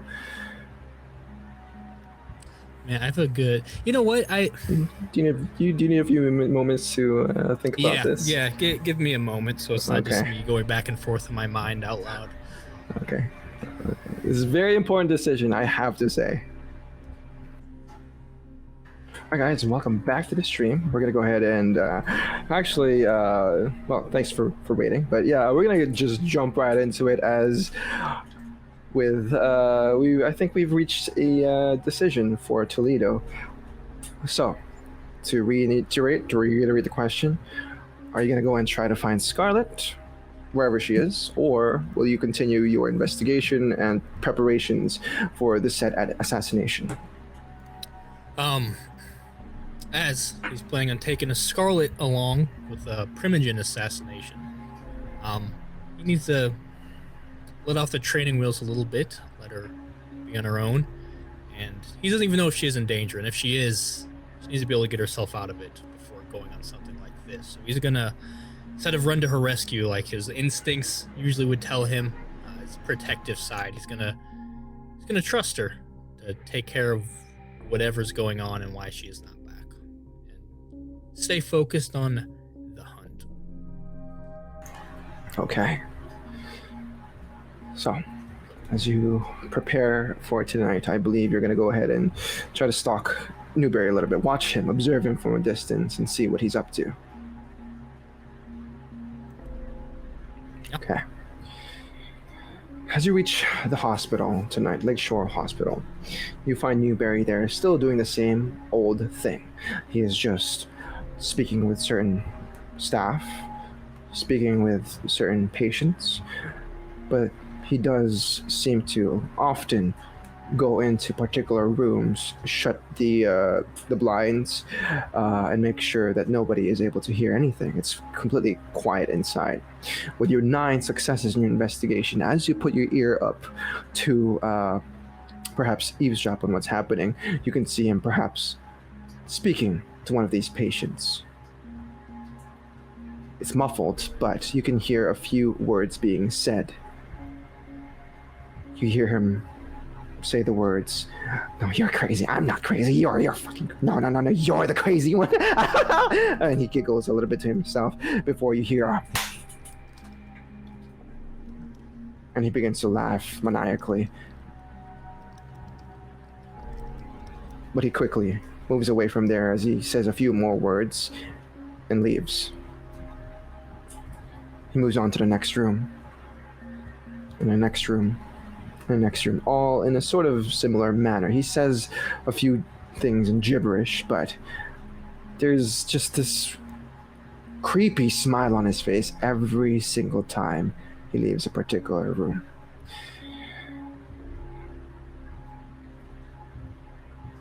The next thing he does is leave the hospital. It's still early in the night. It wasn't like last night where he spent the majority of it there. He leaves a bit early. Do you follow? I don't know how much more there is to get from the hospital, so while it's a bit more of a risk to follow him other places, I could potentially get more useful information that would be imperative for this. So yes, I will follow. Okay. As you do, you'd find yourself perhaps, maybe you travel a bit westward to another location.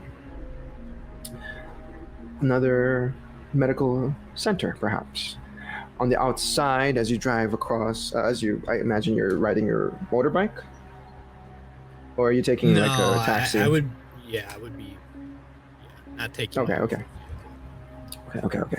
Then you would notice that the person, that location, as you turn the curb into this uphill sort of area, you can see it's about 2, maybe 3 stories high and very, very wide place. It looks like a center or for rehabilitation or something, but on the outside it would say Chicago Reed Medical Center.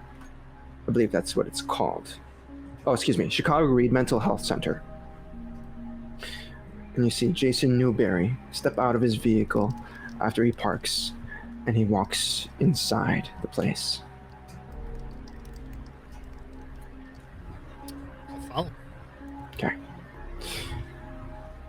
As you enter the location, are you still trying to be stealthy? Or are you trying to disguise yourself? Are you obfuscated? Yeah, no, still fully obfuscated. Okay, let's see Also that rouse popping check. Sense the Unseen, since this is a new location, and I don't like surprises. You might need Sense the Unseen for this. I do get hungry with obfuscate. Let's roll your Sense the Unseen as well as your Unseen Passage.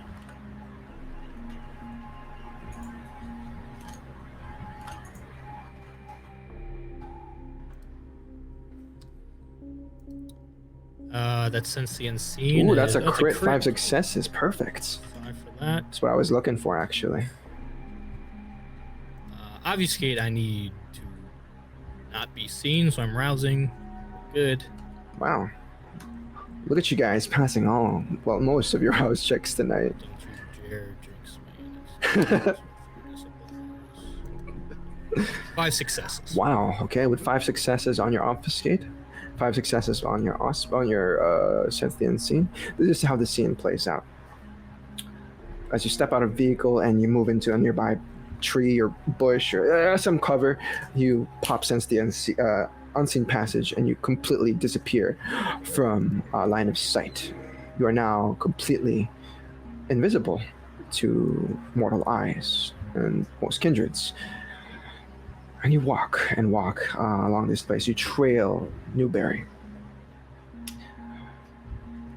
Inside this location, imagine you sort of wait by the door before someone opens it, so you don't break your obfuscate, and you zip inside as they open the door and whatnot. You're doing this like, I don't know, James Bond style, where you're just doing all sorts of espionage shit. But you can see the receptionist's desk. They seem to be collecting information of whoever is visiting and whatnot. This seems like a private location for mental health patients. There is a key card system implemented, as there are now 2 corridors, one to the left, one to the right. You saw Jason Newberry take the one to the left as he uses his seemingly badge ID or something, and he puts that against the scanner. It beeps green, and he is let in. The door shuts before you can get inside. What do you do? Incorporeal passage. Okay. Let's see that rouse check. Wow. Nailing these rouse checks. And Wow. 9 for my All ritual. right. Perfect. You're now obfuscated and you can phase through walls. Okay. You follow him. And it's quiet inside for now. But there is just this seemingly unnerving feeling of just being here. It's a bit distressing, to say the least. Some doors are open, and you can peer inside that there are definitely health patients here.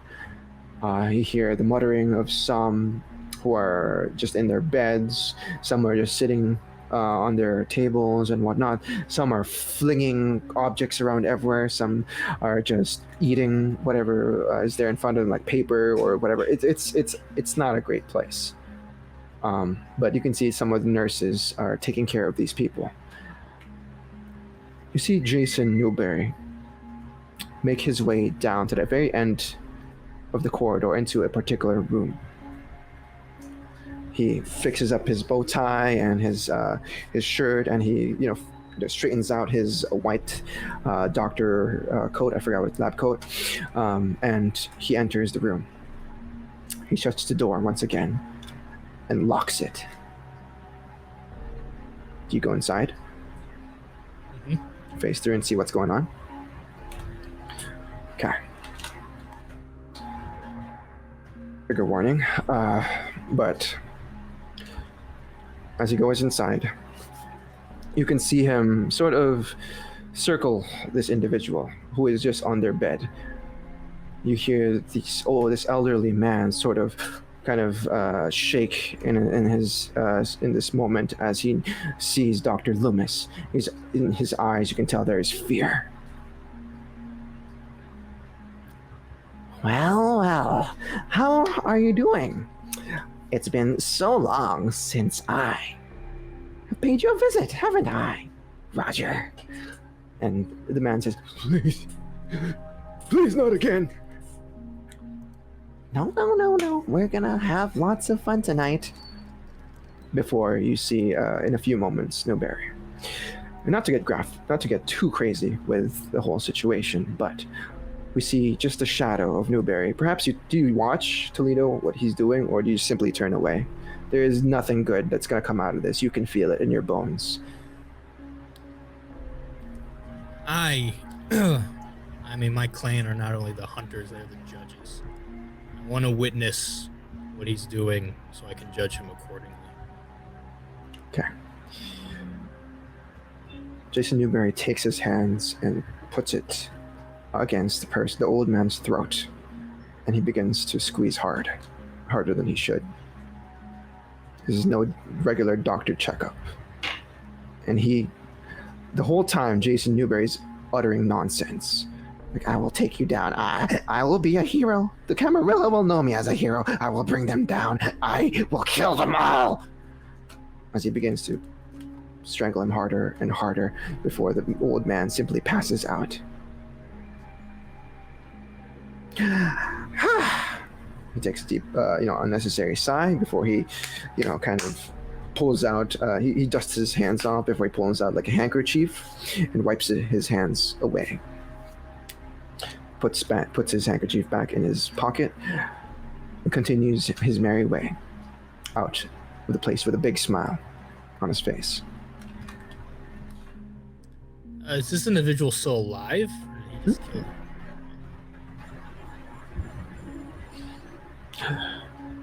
What's an insight?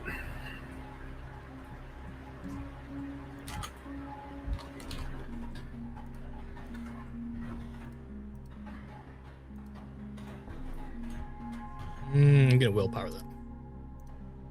2. 6 successes. Jason Newberry's bad news. He's definitely some sort of psychopath that enjoys preying upon the weak. What's more is that you don't know I was looking for 3 successes, but I'll give you this. He seems to be very angry about something. Them, you can assume, is the La Sombra. But he is making great claims about killing them all. So I'll give you this as well. He can't take a whole clan down by himself. No, he is delusional, or he is friends. But he walks away.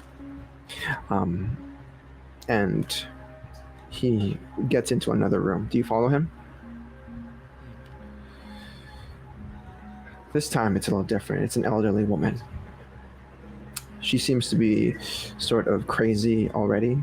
Okay, not crazy is not the right term, but she seems to be jittering, muttering a bunch of nonsense to the audience and Newberry.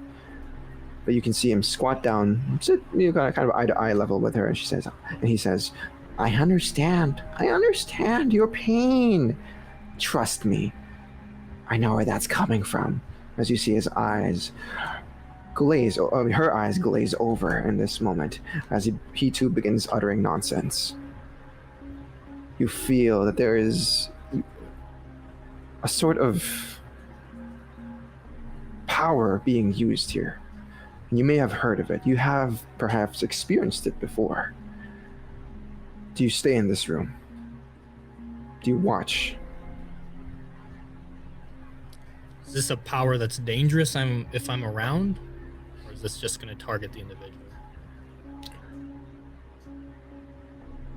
It's up to you to decide if you want to stay or not. I'm not going to say anything else. Stay. That's what I'm here to do. Watch. Okay. As you watch this happen, you feel like the world around you is being warped, like reality itself is collapsing upon you. And there is this sudden feeling of fear. You blink a few times, and you find yourself no longer in the Chicago Reed Mental Health Center. You find yourself on a dark, well, it's not, well, it's a starlit sky above you, and the night is young. It is carefree. You feel the warm embrace of Arturo. We'll cut the scene there as we see Toledo and his previous lover laying in the field watching the stars at night. And we'll bounce the camera over to Scarlett. So, you venture forward into this tunnel of darkness. You see images, or just the image of your mother continuing down this path. She seems to be leading you somewhere, Scarlett, and you follow so carefully. You squeeze through the tight corridors here. You try to maybe adjust yourself to the pressure as well as the low oxygen present here, but it doesn't matter. You are kindred. It doesn't affect you at all. You are undead. But you can easily tell that if there was a human or perhaps another living creature that requires breathing here, they will most likely suffer. As you push through this long, winding tunnel, you emerge out into what seems to be an abandoned train yard. And on this platform you emerge from, on the other side, you see a wooden door hidden in between a few bricks. Can I still see the image of my mama? She is touching the door before she dissipates once again. Then I follow. Same thing earlier with the bricks. You tear these bricks apart as they're old and ashy, and you open the door. As you do, you find yourself looking into another pit of darkness, but you hear that door slam shut behind you. As you turn around, the door is no longer there. Matter of fact, all manners of color have now disappeared. It is simply black and white. Maybe it's not even black and white, it's just silhouettes of what they used to be, what looks like a tunnel, but there is absolutely no color. It's like you're on a sketchbook. As you look at your hands, maybe your hair, it's colorless. It lacks something. It lacks that vibrance of life. And as you look up, you can see this long, large, empty tunnel form before you. These walls are made out of stone, concrete, you can't tell. It's all sorts of weird material.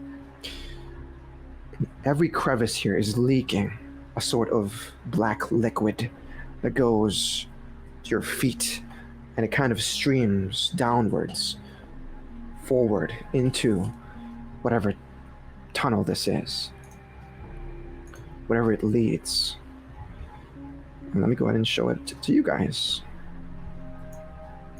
on the roll 20.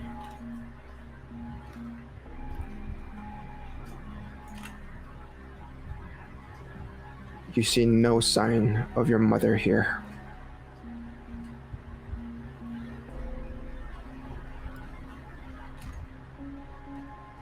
Well, the door's closed behind me, so I keep going forward.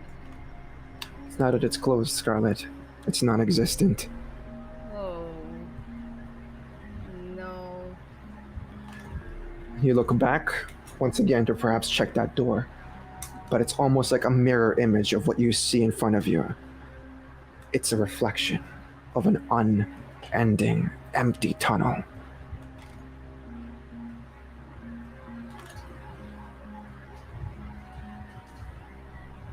This is like Oblivion personified. I go forward. There's a reason the shadows led me here. You can see the water is below you. As you step inside, or you step on it, you can see the black mist sort of splash in the air and then simply dissipate. Above you, to your left, to your right, to the ground, you can see it's almost like a kaleidoscope of black and white imagery that seems to twist and turn every time you look at it. The longer you look into this tunnel, the more disoriented you get. Once again, you look to the left, but you feel yourself turn to the right. And as you turn to the right, you feel yourself turn to the left.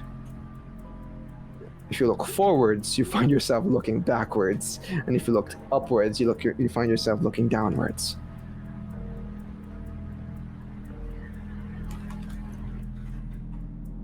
I follow where the water goes. Water. It's the only thing constant here, Scarlett, and it continues to flow forward. You continue to follow it. Walk in the water for some time. How long do you spend walking? Probably like half an hour. Resolve and composure. I hate this place.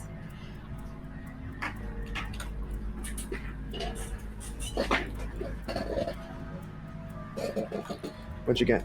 2. With 2 successes, it's setting in. The whispers.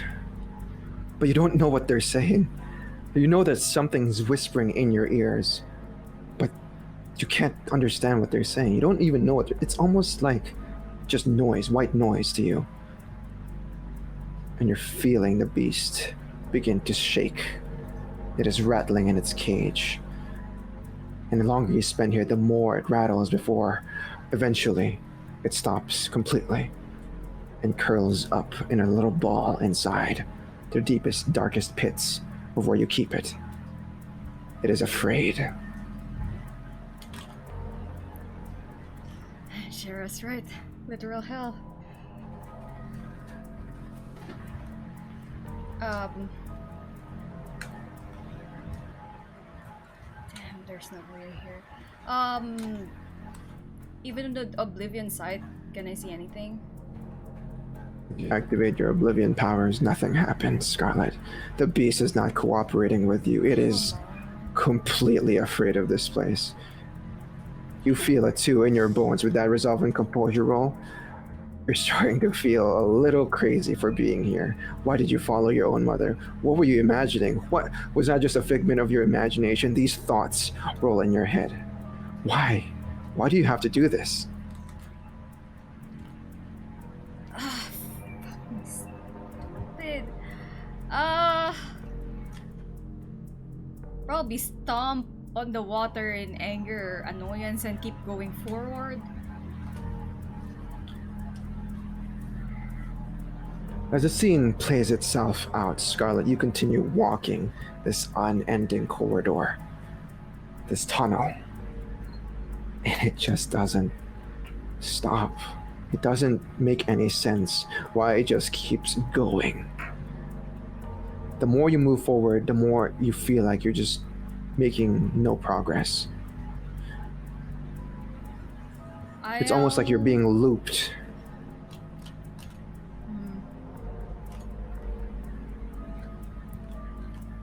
Fletcher taught me. If there's no opening, make an opening. Can I make an opening in the wall? Sure. Break it down? Strength and roll. Let's punch the wall. Oh no. I don't have enough strength for this. Oh, with 3 successes, yeah, you absolutely punch the shit out of a wall, and you feel your force reverberate. Just for a moment, time slows down for all of us as Scarlett takes a fist, just plunges it to a nearby wall. As it makes a connection, you see the shadows around the wall, or where Scarlett punched, ripple. And the shockwave hits you back, Scarlett, as you get pushed back into the middle of the tunnel as you take 3 superficial damage. Well, actually, 2, because it's halved.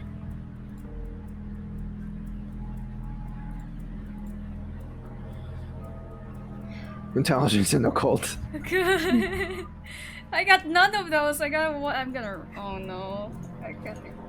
Come on, dice, cooperate. I'm rousing the blood for this.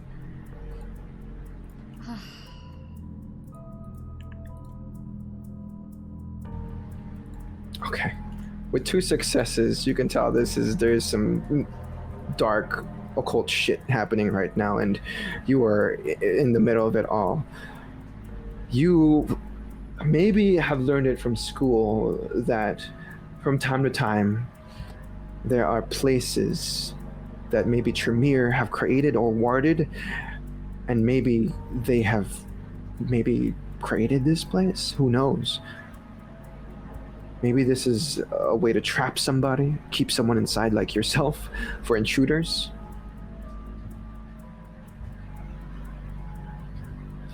But you're not sure. Those 2 successes don't tell you much. What do you do, Scarlett? I keep trying on You the have wall. no sense of time down here. I keep trying the wall. Okay. You want to punch the wall again? Sure. Strength and brawl. Yeah.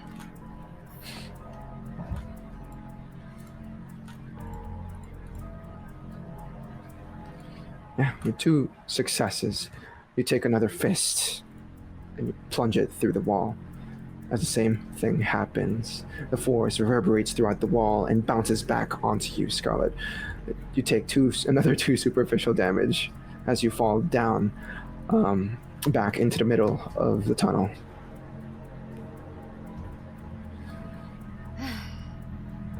Probably just like spent and laying down the waters and then just staring up at the ceiling, thinking to myself like, what did I get myself into? As you lay there on the ground, on the water, it's almost like you're floating. Like everything is upside down and you are on the ceiling rather than on the ground. And you're looking down upon the water itself. And as things get a little more twisted for Scarlett, we'll cut the scene there as we go back to Fletcher. Rewinding time just a little bit to go to see Lydia. There is Ritz points you in a direction in the middle where a woman in sunglasses seems to have her hands up and she's swaying left and right very gently to the music.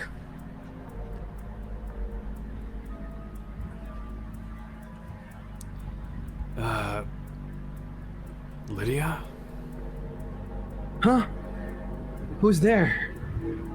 She says as she looks up and tries to follow where your voice is coming from. Are you Lydia? Oh, I have not heard your voice before.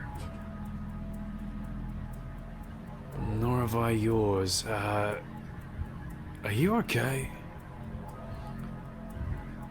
I am more than okay. Feel the music. Let it flow through you. Do you feel it? Yes, you do.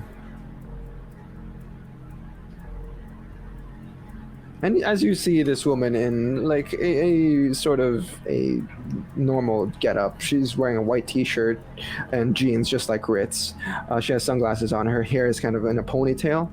Um, she seems a little out of it. A little Malkavian, maybe. Sure. Lydia, apparently Ritz tells me you know where Lester Knife is. You spoke to him. Lester Knife. Who is Lester Knife? She has her fingers twirling up in the air like she's dancing left and right. A gangrel, long-haired. You spoke to him. Many people come find me and speak to me. Uh-huh. Why do they speak to you? Well, for a price, I can foresee the tale that is yet untold. Right.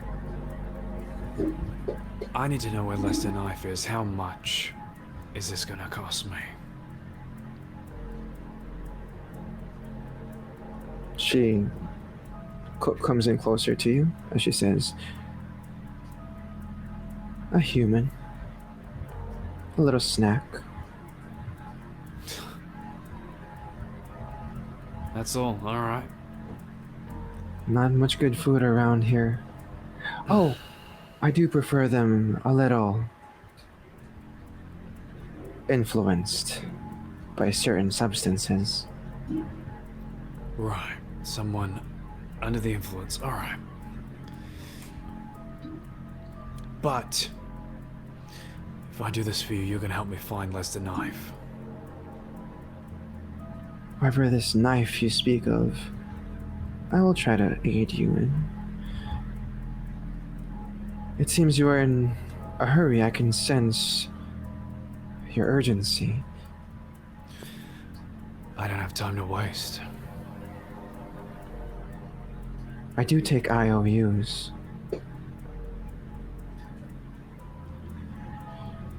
Yeah, okay. If this will speed this along,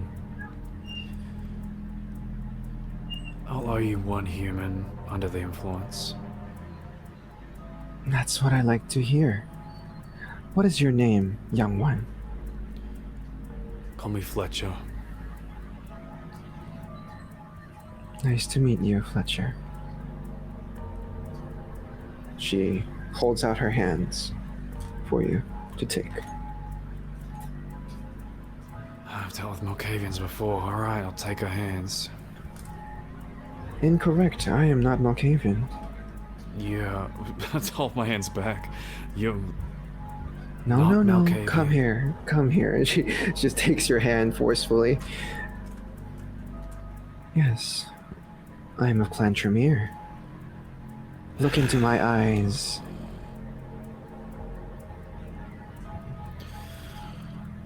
Any funny business, trembling one? You've been warned. And as you look in at her face, you can't really see her eyes because she's wearing sunglasses.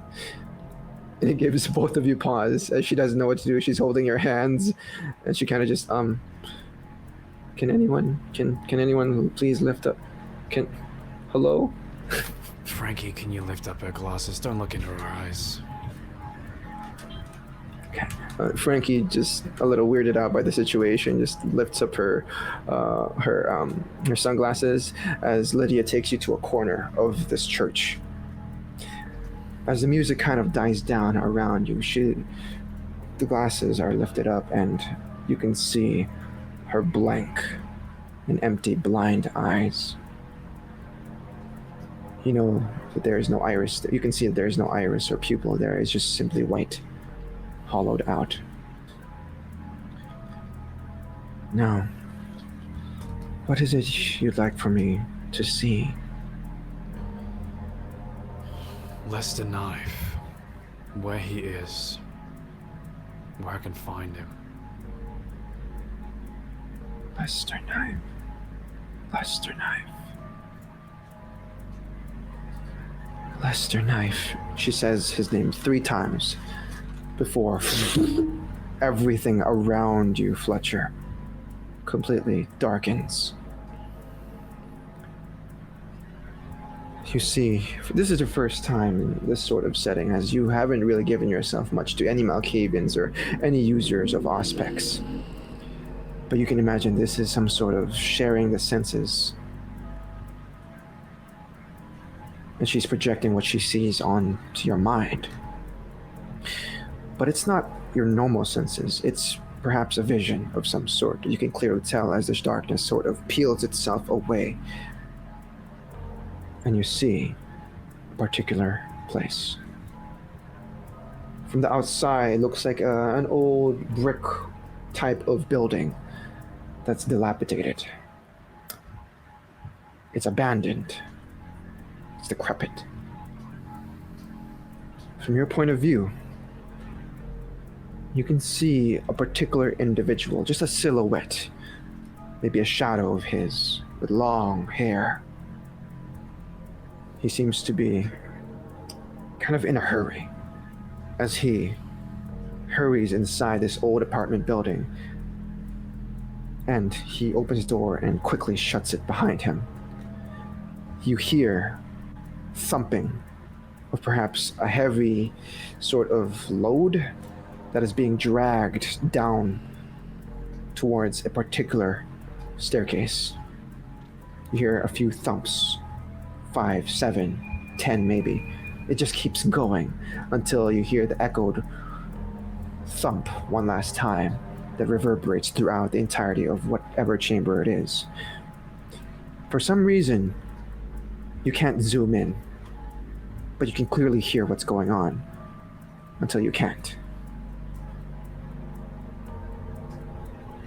You hear these last few words before the vision ends. I didn't mean to be late. I'm sorry. Before you are snapped back to reality.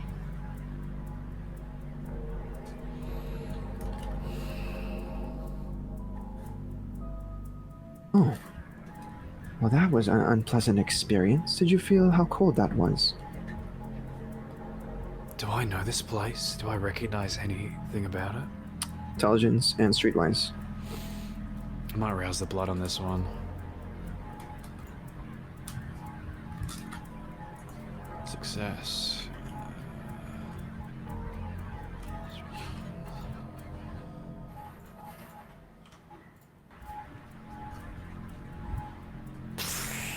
We used willpower. That was garbage.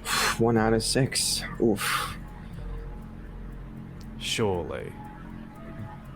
Oh. It's not my day. Nothing. Just With one success. You have no idea where this is. Could be anywhere. Could be on the west side, could be on the north side, could be on the south side of Chicago. There is decrepit places everywhere if you choose to look those abandoned areas.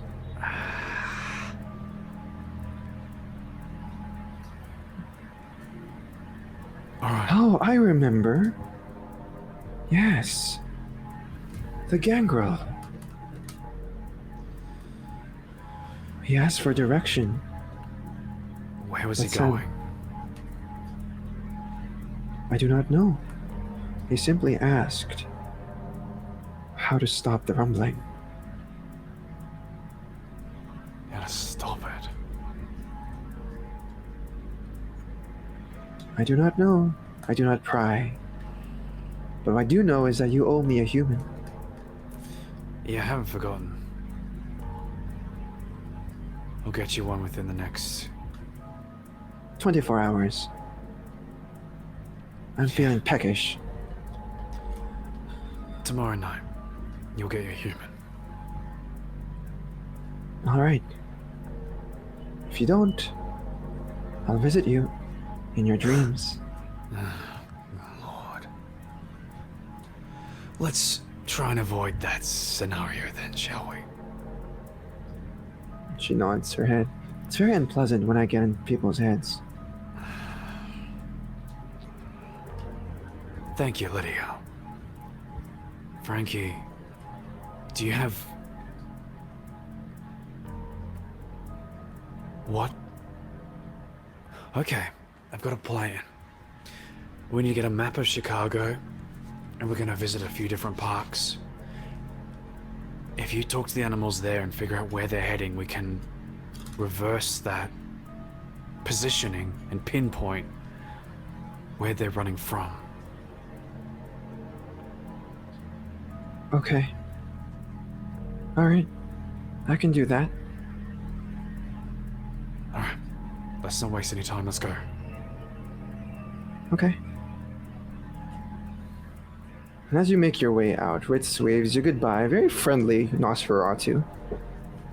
But Waneka just stands there, cross-armed, as he says, You tell anyone about this place, Yeah. Nosferatu will hunt you. Yeah. Don't worry. You feel it too, Wanaka. I ain't gonna tell nobody about this. And Frankie, you ain't gonna tell nobody about this either. Oh. Because whatever the fuck's going on, we need to be together on this. just nods your head sagely. Don't worry, Wanaka. Not a word.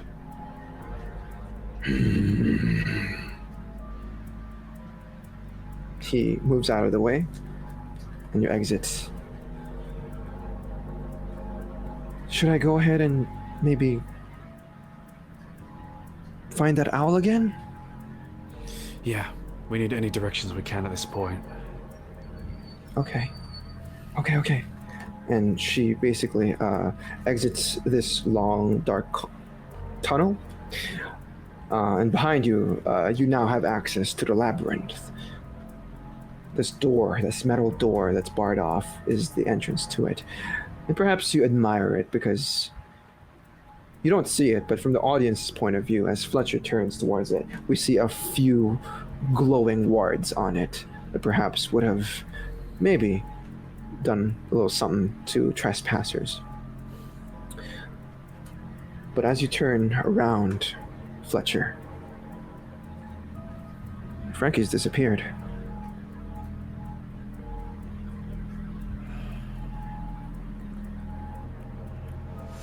You see no sight of her in this long, dark corridor. Just get down to the ground, see if I can see any footprints or boot marks or any disturbances in the dirt, the water, anything. Yeah. This sewer-like, tunnel is, first of all, it's very, dirty and it kind of smells. But it doesn't bother you as you're used to this. Used to tracking people. And you follow Frankie's scent forward. But as you do this, perhaps as you look up from the ground and you find yourself looking in a particular direction, you would see an image of a little child standing there. Fletcher, if you'd like to describe your daughter.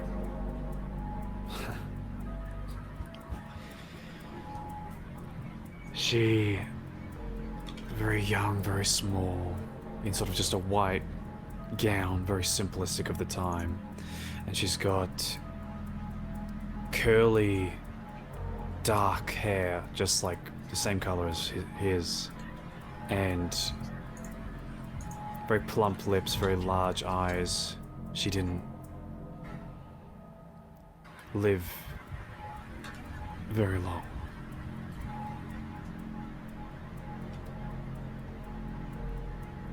And as you see this image of her, Fletcher, what goes through your mind as she simply stands there, perhaps with a toy in her hand?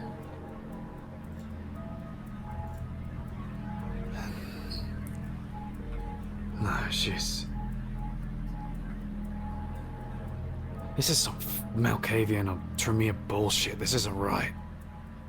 This is fake. Probably try and walk up and catch up and touch whatever it is. As you walk forward, Fletcher, and you try to reach out to your daughter, you find her sort of gaining distance from you. The closer you get, the further she gets. You hear the words, "Daddy?"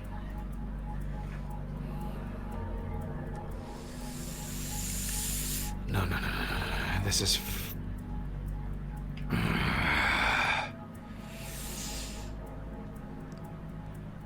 Start running towards it.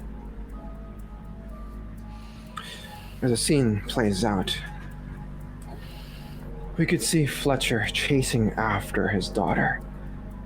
Perhaps in the back of his head he knows that she's no longer present with us, but for some strange reason she exists here and now. You chase after her, you run forwards, using a bit of your athletics and your dexterity to chase after her, but it's almost like it's evenly matched. The speed that you go after her is the speed that she gains distance from you. It's almost like you can't catch her at all. Before you know it, you find yourself surrounded by brick walls in a tight corridor. If you look behind you, the entrance to the labyrinth that you saw earlier, that you entered through, is nowhere in sight. You're now stuck in between these two brick walls that just seem to squeeze every inch of you. It's very, very difficult to get through, but you can hear your daughter's voice, Rose, at the end of it. Dad? Hang on, sweetie. This is gonna change. His fingers and the claws start digging into the wall and like launching himself further through as fast as he can. You shimmy your way forcefully through this small crack. And as you do, you find yourself on a train platform. In front of you, immediately is like an abandoned area where there's no train at all, but it's very old, it looks rusted, and on the other side is a brick wall, but beneath these brick walls, if you tear a bit of the bricks down, you would see a wooden door. What in front of it fuck? Is Rose. I'll just take a step and see if the distance continues. Help me! Fuck, alright. Go into a sprint towards the You door. just leap towards the door. Yeah, You just crash through it. yeah.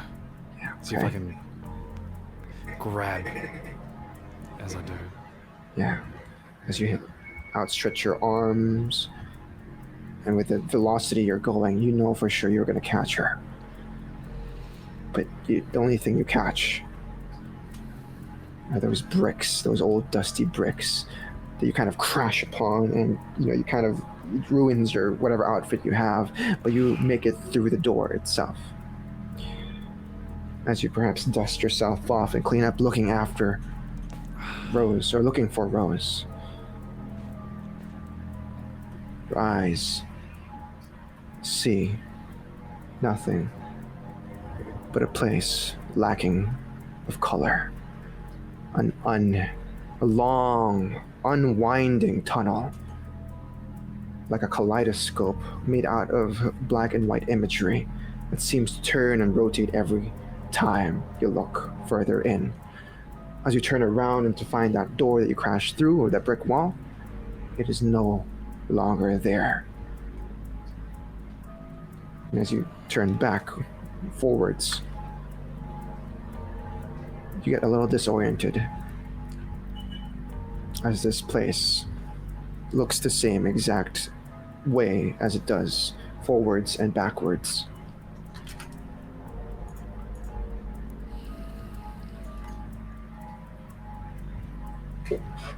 Daddy? Her voice kind of echoes throughout the chamber. I'll do my best to follow the voice. Okay. We'll fast forward just a bit, as our Fletcher right here has to go very soon. You spend an inordinate amount of time here. Well, you don't even know how much time you spend here, Fletcher. Because there is no sense of time here. Quickly, you figure that out as you realize there is no windows, there is no matter of sun or light or moon or anything at all. This place is empty. It is devoid of any feelings, of any emotions, of any sort of life. The only thing that you see constant is the black, shadowy waters that run down a particular direction. Forwards, maybe backwards, you don't know.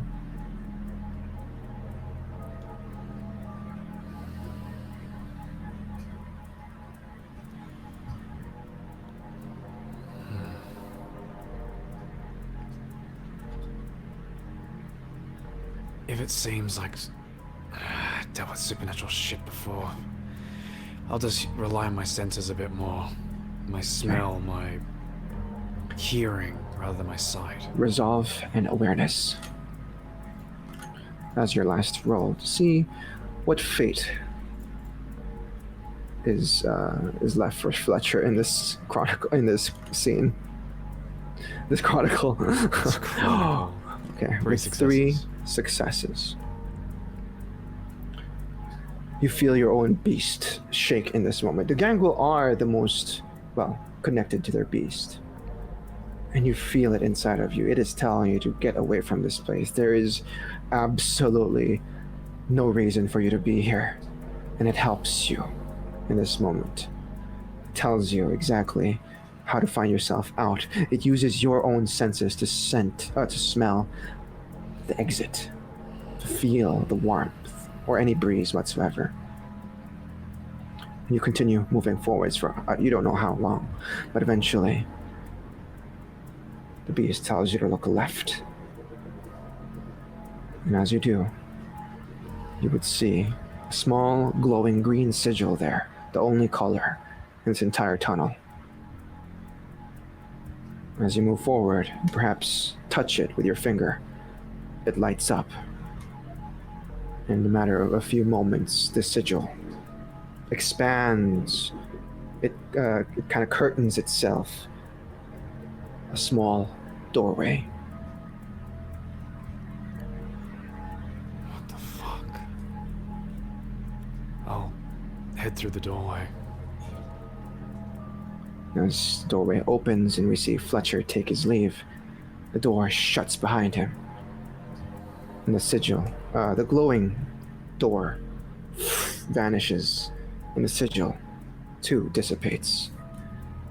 And whatever becomes of Fletcher, we'll find out in the next episode. Wonderful. Okay. But yeah, thank you so much for joining us tonight, Ethan. I guess we can let you go now, as I believe you have things to do. Things to do. All right. Good luck, coterie, bomb squad. See you all later. The scene will pick up with Toledo. As you lay there in the field, looking up the stars, enjoying a romantic evening with Arturo, is there any conversation taking place between the two of you as you relive perhaps a moment in your past?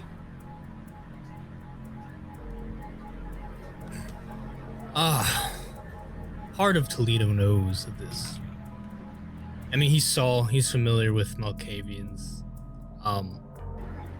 He lets himself be completely enraptured by this memory. He almost gives himself to it. And there's no deep conversation. There's no recounting of memories or making up for lost time. Mi amor, what's going on with you? Why do you seem so distracted? Oh, you have that effect on me sometimes. Please, just enjoy the moment. Look at that damn sky. That is huge. Estrellas. Yes. They remind me of you sometimes, of how brightly you shine. You bring light to my world. I've told you not to talk to me like that. It's embarrassing sometimes. But, Why? Only us two here. And you know I that know. even if we do not seem, we cannot go public with our love for one another. You know deep down that I truly care about you, Diego. I know you do, Arturo. I don't know. I don't know what this is, but I know this is what I want. I know you're what I want. And ain't nothing gonna stop that. Ain't no one gonna stop that. He smiles in this moment as, he turns to the side and he kind of puts his hand on your cheek and he begins to caress it. Toledo will just sort of melt into him a little bit. Just kind of curl into him. He wants to look at Arturo. He wants to remember his face, remember the details. There's something that might be too painful for that. He's not quite ready for that. So instead, he looks at the stars, knowing that Arturo is there but not there, and more just feeling him, feeling his hand. He takes his hand and just holds it against his face. But he can't quite bring himself to look at him right now. What is it, Diego? Why can't you look me in the eyes? En mi ojos. Por favor. I'm looking at the stars. That's almost like the same thing. Please, let's just enjoy this. No words, just us. Please. He nods his head.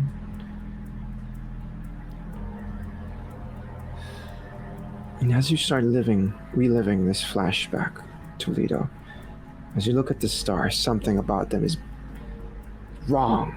The lights of the stars distant in the sky flicker continuously, but they're not flickering in the way they should.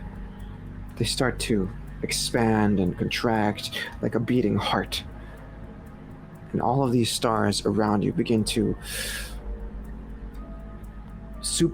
get in a state of supernova where they seem like they're about to explode, but they don't. And they start raining upon you as one of these beating stars falls down and a meteor shower begins to occur. Not in your direction, but just off in a distance.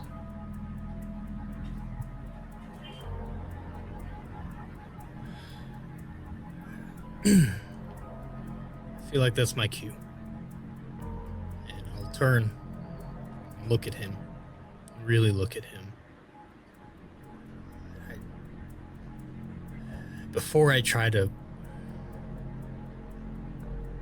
dispel whatever this is, I'm just going to bring him in for a kiss. Okay. You feel his soft lips touch yours.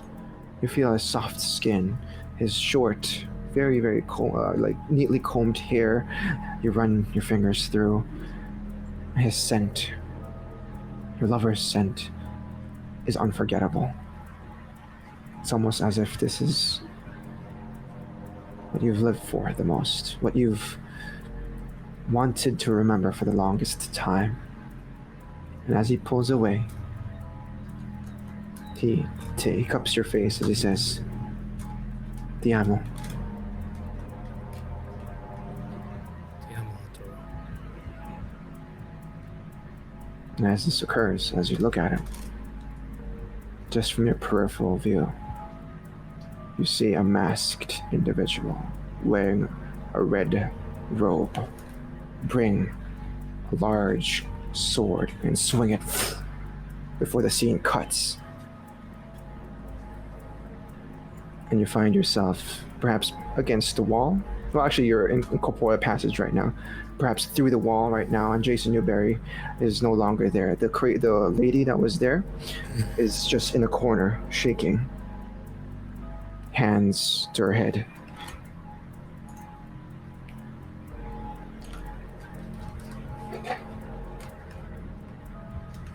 I just immediately leave the room.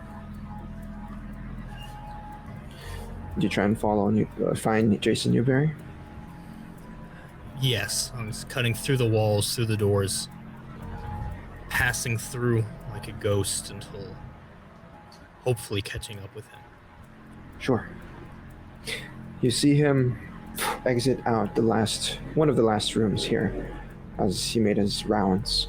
Big smile on his face, humming sort of maybe the Halloween tune.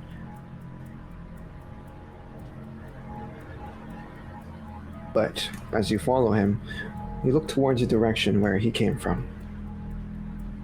Inside, you see a long-haired, dark-haired individual, very pale, very skinny.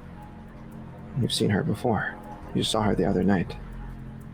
Miss Jacobs, sitting there, idly on her bed, rocking back and forth. Do you follow Jason Newberry?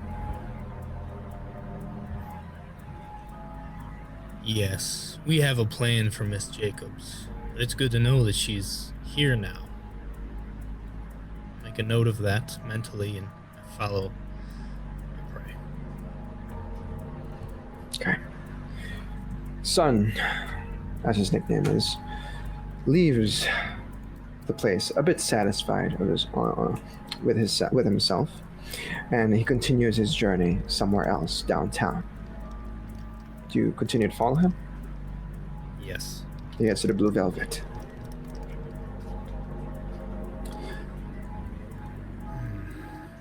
You have to make a decision here if you want to go inside. Is the Blue Velvet considered Elysium? There doesn't seem to be any rules implemented, but it is Bronwyn's domain. And any kindred domain is to be respected.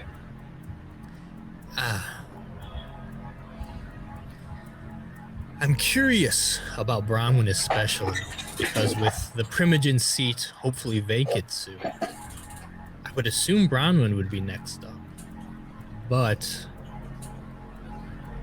I have a healthy respect / fear of Bronwyn, and I don't want to go snooping around her domain. So I will take my leave. Nah, my head's not really in it anyway. Not now.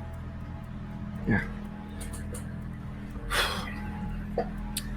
You'd find yourself back at the Haven, perhaps to finish up your ritual with a stake, if there's any more preparations for it. I believe it takes a few hours per night, or whatever. One night, but a few hours. Yeah. But as you find yourself back at the Haven, it's getting late, and you find that it's still empty. Fletcher and Scarlett are not here.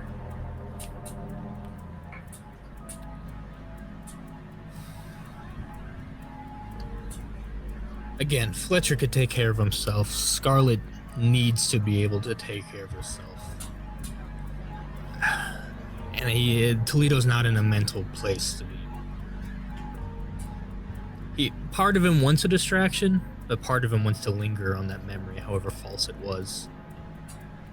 And also linger on Jason Newberry. How that memory ended. Felt that was a violation.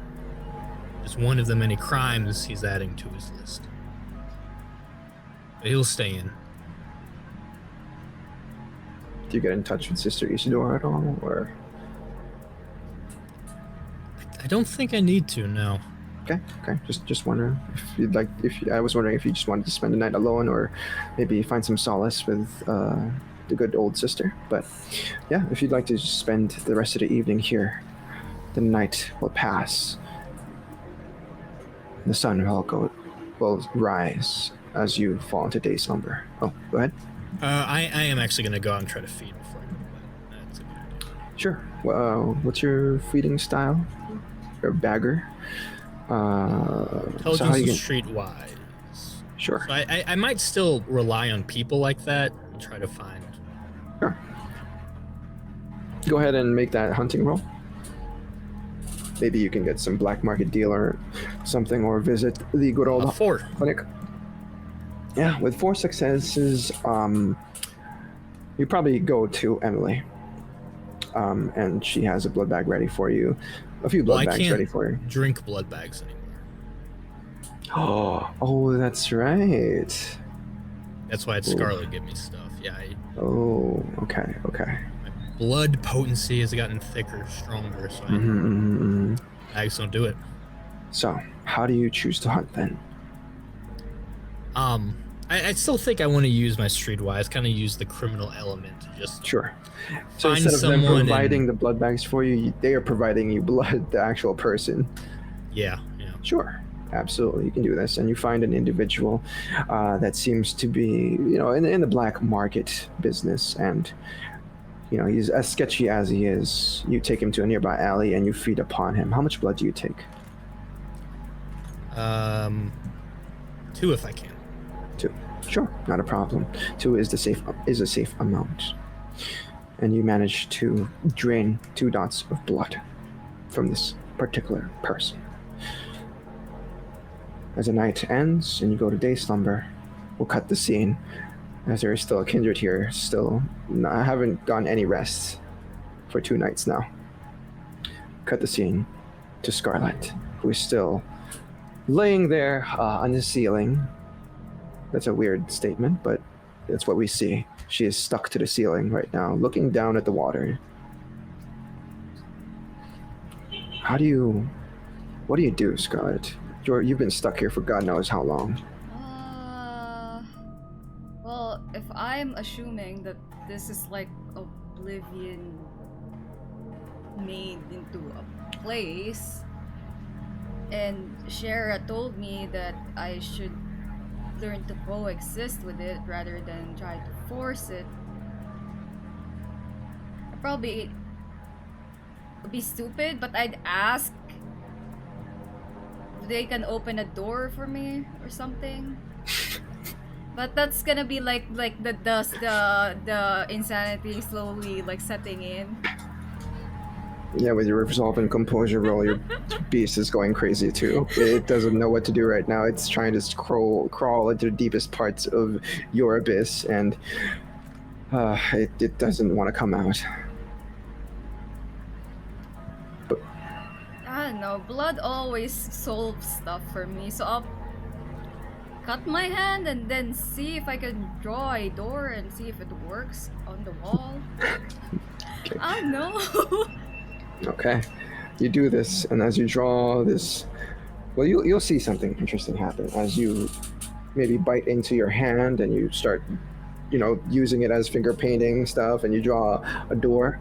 You can see that the blood, because it's colorless, it's just black. Like the place is just black and white, right? You can see that the blood is being absorbed by the walls itself. What the actual fuck? Like it becomes one with the walls.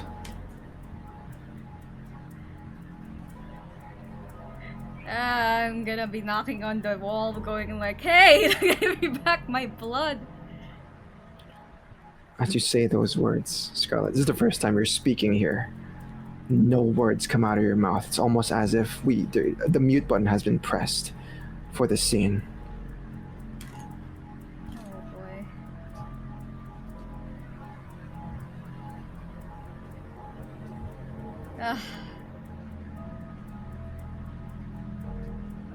What do I do? I'm going to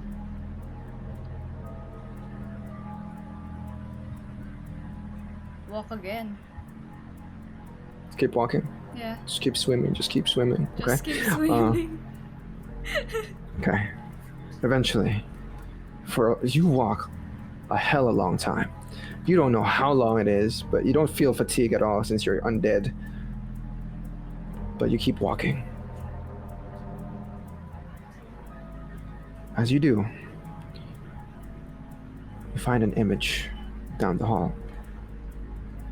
An image, or a silhouette rather.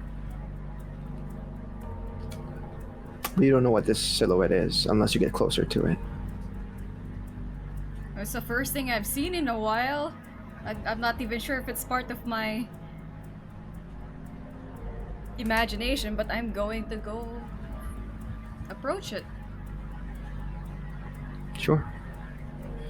As you approach it, you find this silhouette, this figure, to be once again your mother.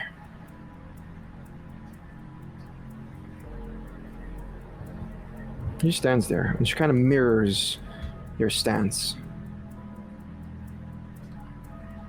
I approach her. She approaches you too, for the first time. And as you get face to face with your mother, image of her, she doesn't say anything. She just looks at you. Her eyes, though, are completely black. Oh no, this looks like my dream. I raise a hand up towards her and see if she mirrors it. She mirrors it. Oh no, this is like my dream. I touch her. You touch her? Okay. As you touch her, she begins to dissipate and crumbles into nothingness.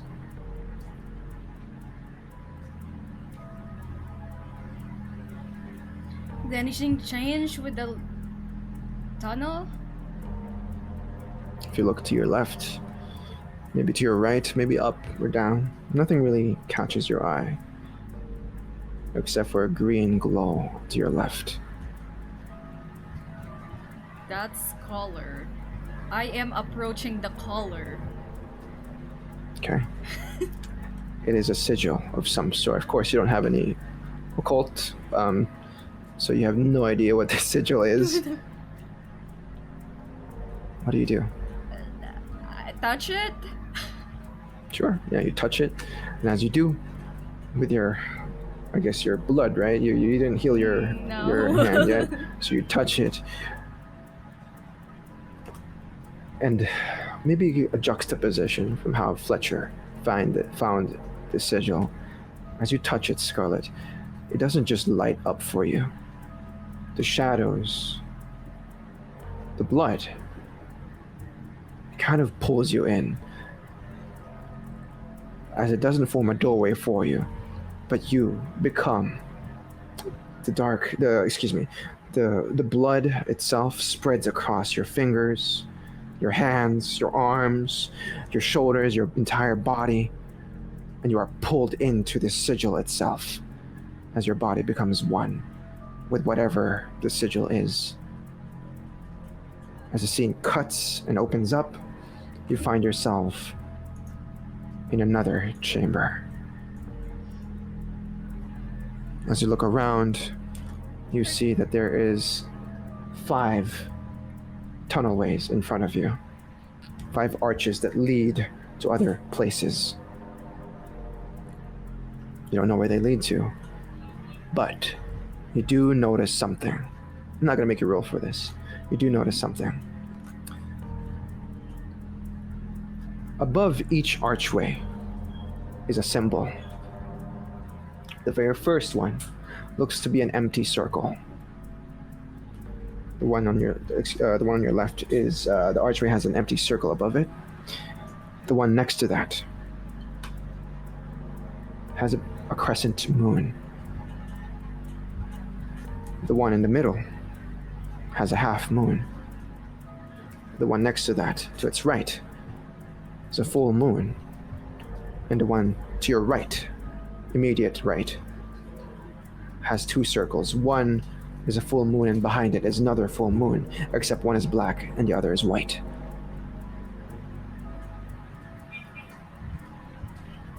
If you look behind you, where you came from, there is no sigil. There is no tunnelway. But you are in this chamber. Oh man, why am I the one stuck here? It should be Toledo.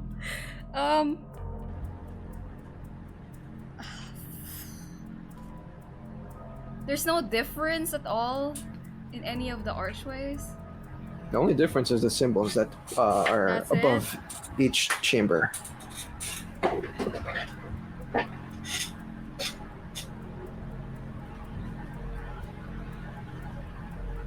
you want to pick randomly, just roll a 1d5.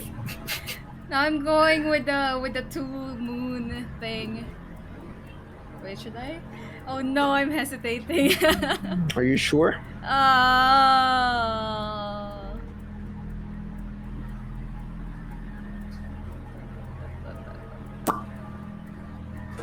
I'll go with the full moon. Are you sure?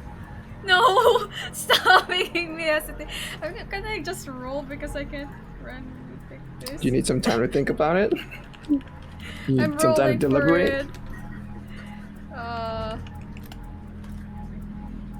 What's the fifth door? Full moon. Not full moon, the eclipse. I'm going to the eclipse, I guess. Are you absolutely certain about this? You know what? Just get back to me, Owen. You might want to think about this. You don't have any occult, so you wouldn't know what any of these I symbols don't know mean. anything. So you're okay. Well, as we cut the scene, with Scarlett perhaps looking around, seeing which path to take, we'll bounce the camera over to Fletcher, to Toledo, whose eyes snap open for the evening.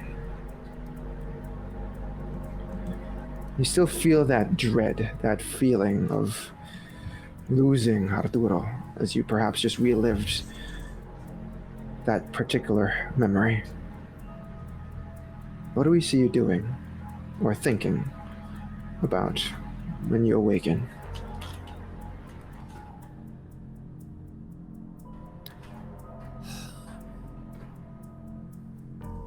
He's thinking it might finally be time to look for Scarlett. He feels well prepared. Well, as prepared as he can be. Mentally and physically. This is what, the third night in a row that she's gone? So he needs to actually... Fletcher is also not here, so maybe they're doing something. No, that's even weirder. So... There's no way Fletcher could put up with Scarlett for 3 days in a row.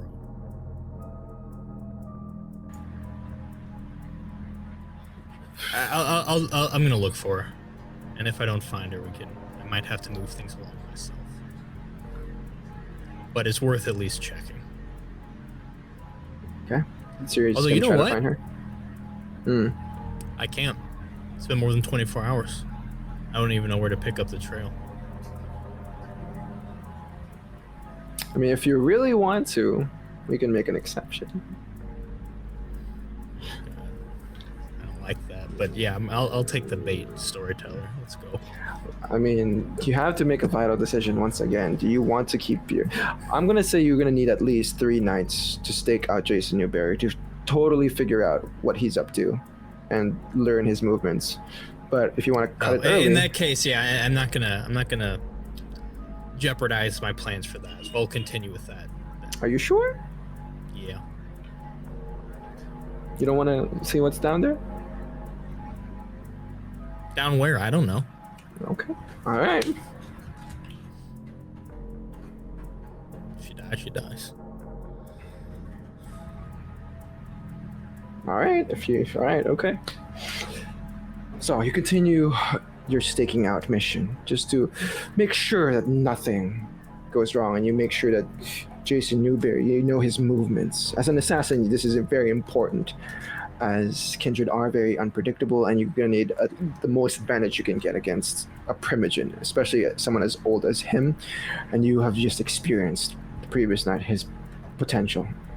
His dementation is perhaps the most powerful, one of the most powerful you've experienced of the few. But how do you choose to go about tonight's investigation? You don't need to make any more rolls with 9 successes. I'll just take that the entire time. So, do you just trail him? Do you go back to the hospital? What do you do? I will. This time I'll pay a little more attention to the staff as well, because I'm pretty confident about Jason Newberry. Part 2 of the plan is framing the jesters. So I need to maybe map out, like, if we were to, where we could get the most exposure pretending to be jesters. Who are the people are gonna have the biggest reaction to? What route do we need to take out of this place to let everyone know that these individuals were here? Sure, absolutely. And this is perhaps what's going to be vital for your plan, as framing the jesters is no easy task. For the past 2 years now, our coterie haven't exactly had a nice time with them, especially with the fact that they keep disappearing every time you guys get close to finding anything about them. Almost like ghosts. But maybe if you bait them out, or maybe if you provoke them enough, those ghosts will emerge from wherever they came from, and they'll be discovered by everyone to see. So, tonight, you go to the Lakeshore Hospital once again to find Jason Newberry. Obfuscated and hidden, you investigate further. It's a little different tonight. After he makes his round, he doesn't leave or he doesn't go to torture his patients. Instead, he goes to his private office. It is up to you if you want to go inside as well and see what he's doing, or wait outside. I would actually like to, using incorporeal passage again, yeah. I'll be just partially through one of the walls watching. Not completely in, but enough to see. Sure. I'm gonna need to make a roll for our Primogen, because with 3 nights in a row, he's gonna feel like somebody is watching him, especially for a Malkavian who's very paranoid. So, let's make a few rolls for Jason Newberry, as he keeps his wits about him tonight. And he needs Sense the Unseen. Let's see that Sense the Unseen roll.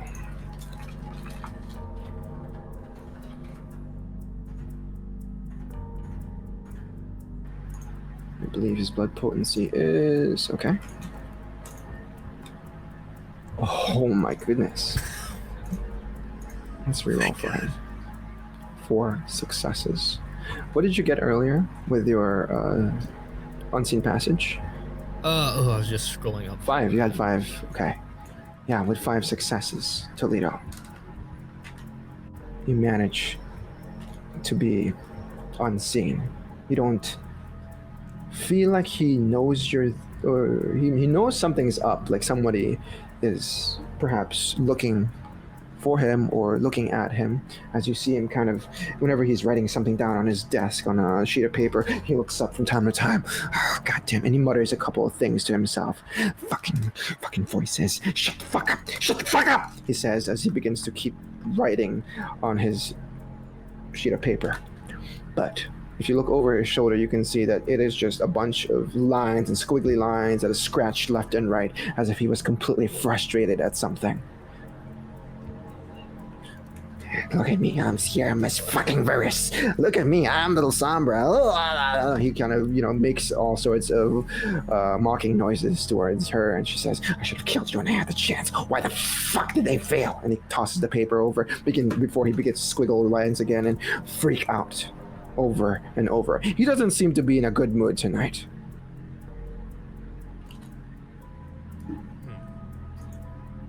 Interesting.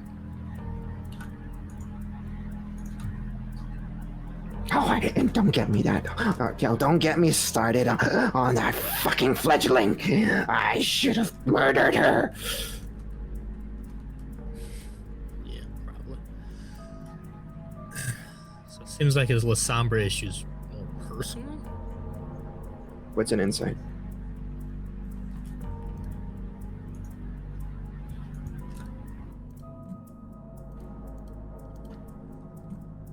Nope. Would you like the willpower? 2. Okay, 2 successes. It's not hard to tell he has a personal grudge against the La Sombra. Seeing his reaction from the previous nights, the meetings, the decisions, he has been completely against them the entire time. So it seems to Toledo less of a hardcore old school Camarilla, La Sombra, like Fletcher's thing, La Sombra Dangerous, more he's got some sort of vendetta. Interesting. Okay. Mm-hmm. As he begins writing down, coterie, useless as fuck. He continues to write stuff down. Fuck, if they sold me out, I swear to fucking God. Nonetheless, I have a new plan. I'll kill them all. Whoever gets in my way, everything. I don't give a shit if it's the Primogen or the Prince himself. I will save Chicago. I will be the new Prince. I will lead the city. He continues to giggle to himself before a soft knock on the door. One of his staff members comes in. She says, Dr. Loomis, I'm here to talk about the management of new patients coming in. Yes. He immediately regains his composure in this moment as he put his stuff away. As he puts this folder next to on his table, kind of slides it away. It's wide open for you to read for some strange reason. But you can see them begin to discuss a few things about new patients rolling in, the spendings for this year, all of that shit. He looks extremely annoyed at the moment. She has interrupted his train of thought. But in this, you are freed in this time to look at this sheet of paper. Absolutely. You can see a few names listed there. Let me pull it up real quick. You can see 4 names. Snowman, One Round, Baggy, and Malort. He's X'd them out one by one. Okay. Commit those names to memory. Underneath their names, it says fucking useless. In large, scratched up letters. Toledo's seen a hit list before. Yeah. I don't recognize any of those names. I don't think any of them said anything when they were. I don't think they said their names at all. Did they? I don't remember. They did, but Toledo wasn't there. It was in a fight between me and the boss. Yeah, that's what I mean. Like, I don't think for him, he doesn't know.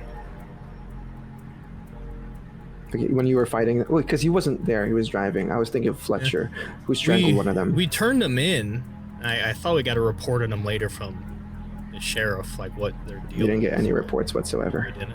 I thought someone talked to him. Like, okay. None of you would have, because none of you have a position in the Camarilla at that moment. Okay. So, but this is very suspicious to you. Who are these people and why are their names listed here? Maybe if you stick around, perhaps you could figure out. But do you stick around as he finishes up this conversation? It's going to take an hour or so before he gets fed up with her. Nothing else to do, and this is intriguing. Yeah. Okay.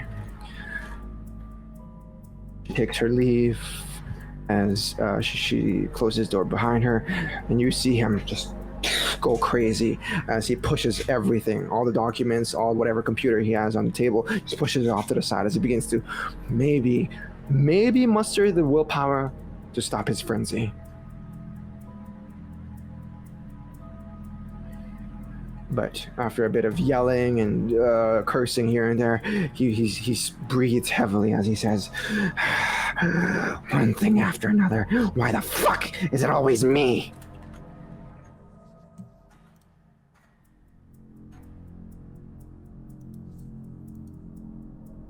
Do you just watch? Yeah.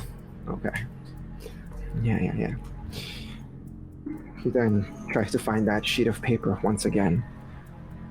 The same sheet of paper where the names are listed, before he flips the paper over and writes every La Sombra he knows. At least you recognize.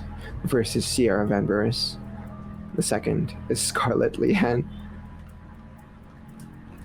And I don't think... Oh, the third is Liana. And he writes their names over and over and over on the paper. Just those three? Just those three. He just writes them over and over. And then he stops as he sits up, as he says,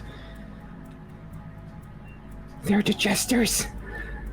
They're the clown-faced individuals. They are the ones who wear the red masks. I knew from the very beginning. It was them all along." So he knows who the jesters are. Interesting. Well, you guys did publicly say that you guys did tell the prince, and word gets around, and perhaps maybe he was listening in on your certain conversations. That maybe, for some strange reason, he's the only one who believes Of course he that is. there are jesters in the city. But he continues his gibberish as he, freaks out and says, "I'm gonna kill them. I'm gonna kill them all, including these fucking La Sombra." I imagine, for the point of view of the audience, we just see Toledo perhaps fix his hat and just try to not be affected by the awkwardness of the situation. Maybe giggle to himself a little bit how big of an idiot this guy is. Maybe, but I'm careful not to underestimate him. He's taking this hunt very seriously still. Well, it seems almost sad and pathetic. He's in this position for a reason. And I know he's not to be... I need to have a healthy respect. Sure. You then, as you keep observing him, since you're staying here and watching him, then you would know exactly what happens next. You would witness exactly what happens next as he dials a number on his phone. And it seems to be like one of those old Nokia phones that perhaps is untraceable. And he calls a person. I need to assassinate them. I need to put a hit out there. I need this Sierra Van Burris taken care of. And to get to her, we must eliminate the young ones first. The young ones, he says with a big smile on his face. Okay. I will set up a meeting. I will set up a meeting. Don't you worry. I want you to be there. And I want you to stake them so we can leave them out in the sun.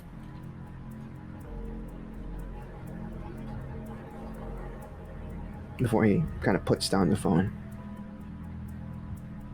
And a little satisfied with himself, he kind of leans back and sort of puts his arms out as he says, I can smell victory approaching.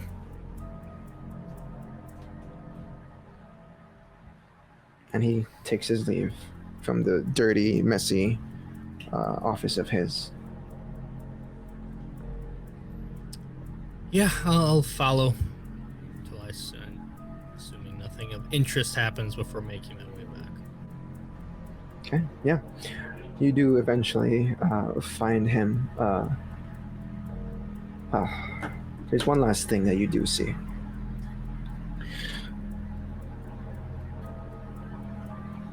As you make your way out, he gets in his vehicle, but he doesn't drive to the other hospital or the other health center.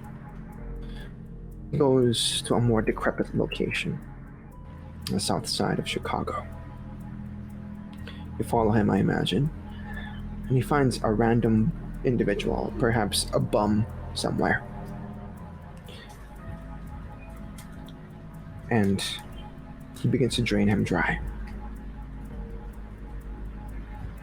He lets the beast out. He just consumes this random individual. After, of course, he does a bit of torturing. You see him kind of, beat this guy to shit, and, just watch him get tortured and feel some sort of trauma before he completely drains him dry. He moves on to another person, and then to another person, and then to another person. He drains about 4 people. All the while, Toledo, you feel that unnerving presence once again of his dominate taking place. Do you just watch him? I mean, if he starts talking, I don't want to be within earshot. Yeah, he is going to unleash a whole amount of gibberish that involve his revenge. No, I'll watch from a distance, so I can't actually hear or be affected by this. And after about, he drains all these individuals dry. He drops one of them to the floor, and he says, I will kill the Dark Mistress with my own hands, he says as he kind of outreaches his hand up to the skies. Okay.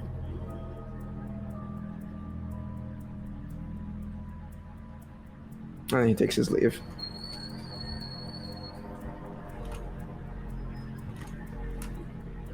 Alright, the sun's setting soon. The sun's I'll rising go soon. home. Do you do any more preparations? Yep, go back to the Haven. Okay. Scarlett and Fletcher are still not here.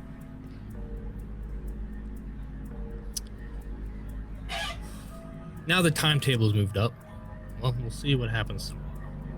Because now I know if we do not kill him, you will arrange to have her killed. So yeah, I'll see what tomorrow holds. Sure. And as the sun goes down after the investigation, we cut the scene back to Scarlett for the last time. Which chamber do you take? I go for the full moon.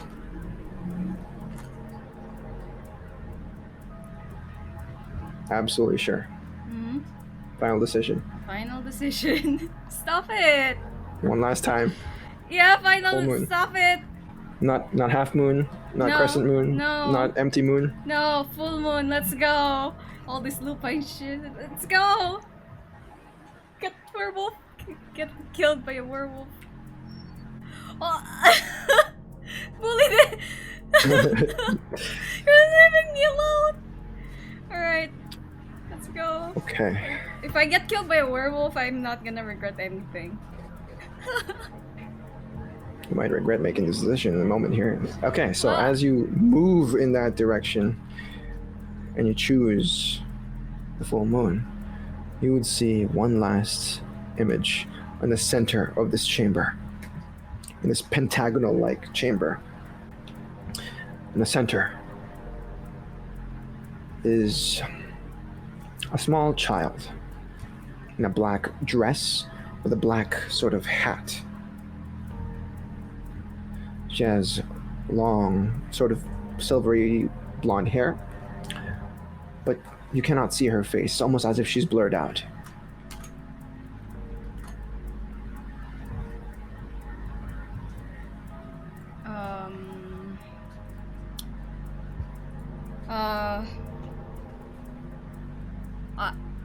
I pause and look back at her. She waves. I wave back. She giggles. You hear the giggle kind of echo throughout the entire chamber.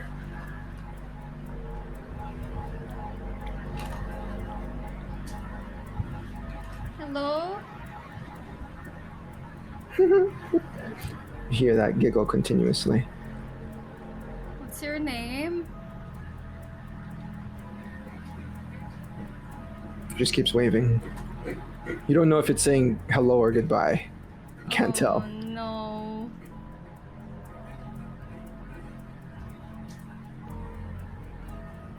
Oh, fuck it. I'm gonna go through the door anyway. Sure. And as you turn around, we see from the camera's point of view, the little girl sort of dissipate into nothingness as we hear her giggle one last time. As you enter the full moon, a room of full moon, it is cold, unnaturally cold, and you feel it within your bones that there is absolute nothingness in here.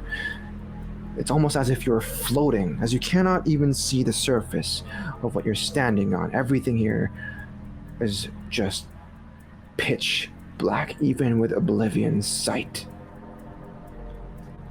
You feel the sudden dread seeping in through your own veins as the beast.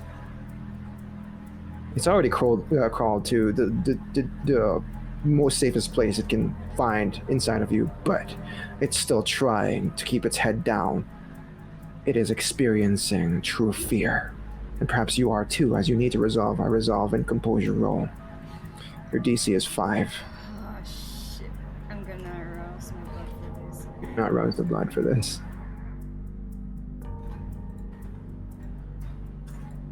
Considering Toledo took all the love. You can't rise the blood for this, so you don't have extra dice. Oh, okay. I'll just roll again. As your beast is not cooperating.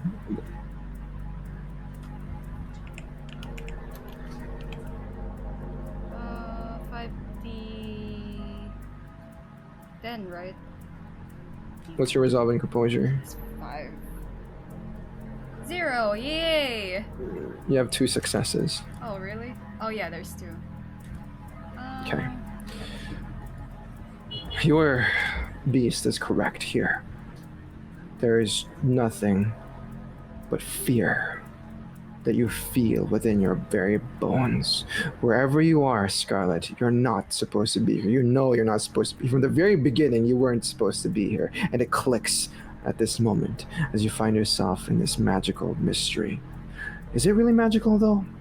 Because everything you see can and cannot be real. It's confusing. It's almost like you're trapped in an isolation chamber. And there is that darkness that is truly seeping in within you. But as this archway behind you closes in and you're trapped in a darkness, you blink once, maybe twice, and you find yourself in the warehouse of where you were embraced, face to face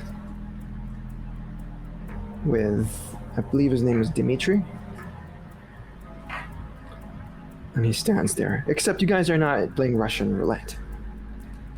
He stands there in front of you, very well dressed. He wears a button-up, a white button-up, black tie, black coat. His hair is done up. Very handsome individual with sort of dark hair that's brushed off to the side. And he gives you a wicked smile. Long time no see, Scarlett. And that's where we'll end Oh, no. the session. The season, okay. The season.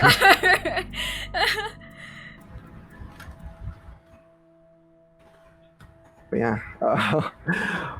Hey. That was a lot to go over. But you guys have officially made it to the labyrinth. Oh, fuck, I hate And this this is gonna be quite a ride. I was waiting for Toledo to just jump on the train. Join and be But he didn't- stuck with us. Every time I almost did, you're like, "This will ruin everything." So I stand by my decisions. I'll come out Nothing of will go it. wrong. This is my trial to get the shadow. Don't worry. Yeah, Labyrinth's got nothing for me. Uh-huh. Alright. That's Uh-huh. spooky stuff. But okay, yeah, I think that'll be it. Ladies and gentlemen, thank you so much for tuning in. This was quite a fun episode, a little heavy, but tune in next week for more shenanigans in the labyrinth. Once again, thank you so much. Let's go around the table, introduce ourselves once again. I'm Lou. I'm the storyteller for this chronicle. You can find me at Crescent's VTM on Twitter and Louis Sleepy on Twitch. Toledo? I am Bully. I'm playing. Well, I already said I'm playing. I'm Toledo. I do stuff over at table. I'm Bully. I play table golf stuff. God, this is hard. Okay. I'm super professional. I don't make mistakes. Go check out our YouTube to see more of that. And very soon, we're doing our Session 0 next week, which won't be streamed. And after that, Hades High School or Monster Hearts games coming to our Twitch channel. So go follow that and be ready for it. Well, Ethan's not here, but you can check him out over at Ethan and Dragons at Twitch or on Twitter. He's got games. Chicago by Night tomorrow, I think. Same Do your time. best Ethan impression.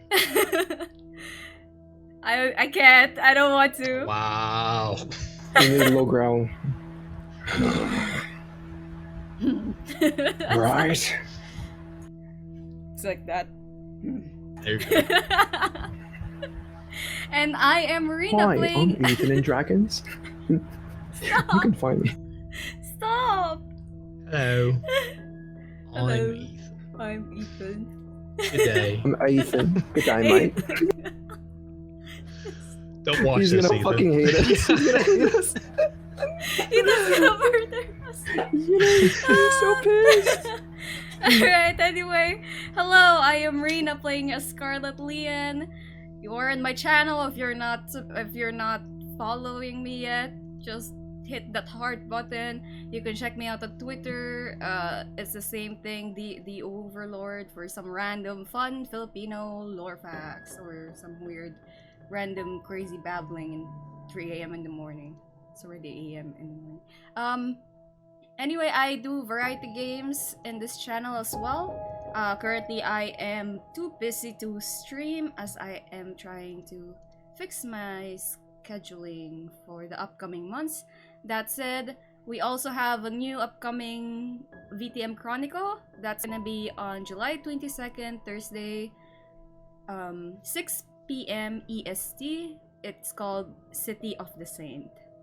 And I can't wait for Session 0 to start. Also, check me out over at Gehenna Gaming. Our last episode of the season is this Monday, 7:30 p.m. EST. I can't wait for everyone to die. Yay! Anyway, I hope you guys enjoyed that. You all have a good morning, good afternoon, good evening. This has been Call of the Abyss. Bye!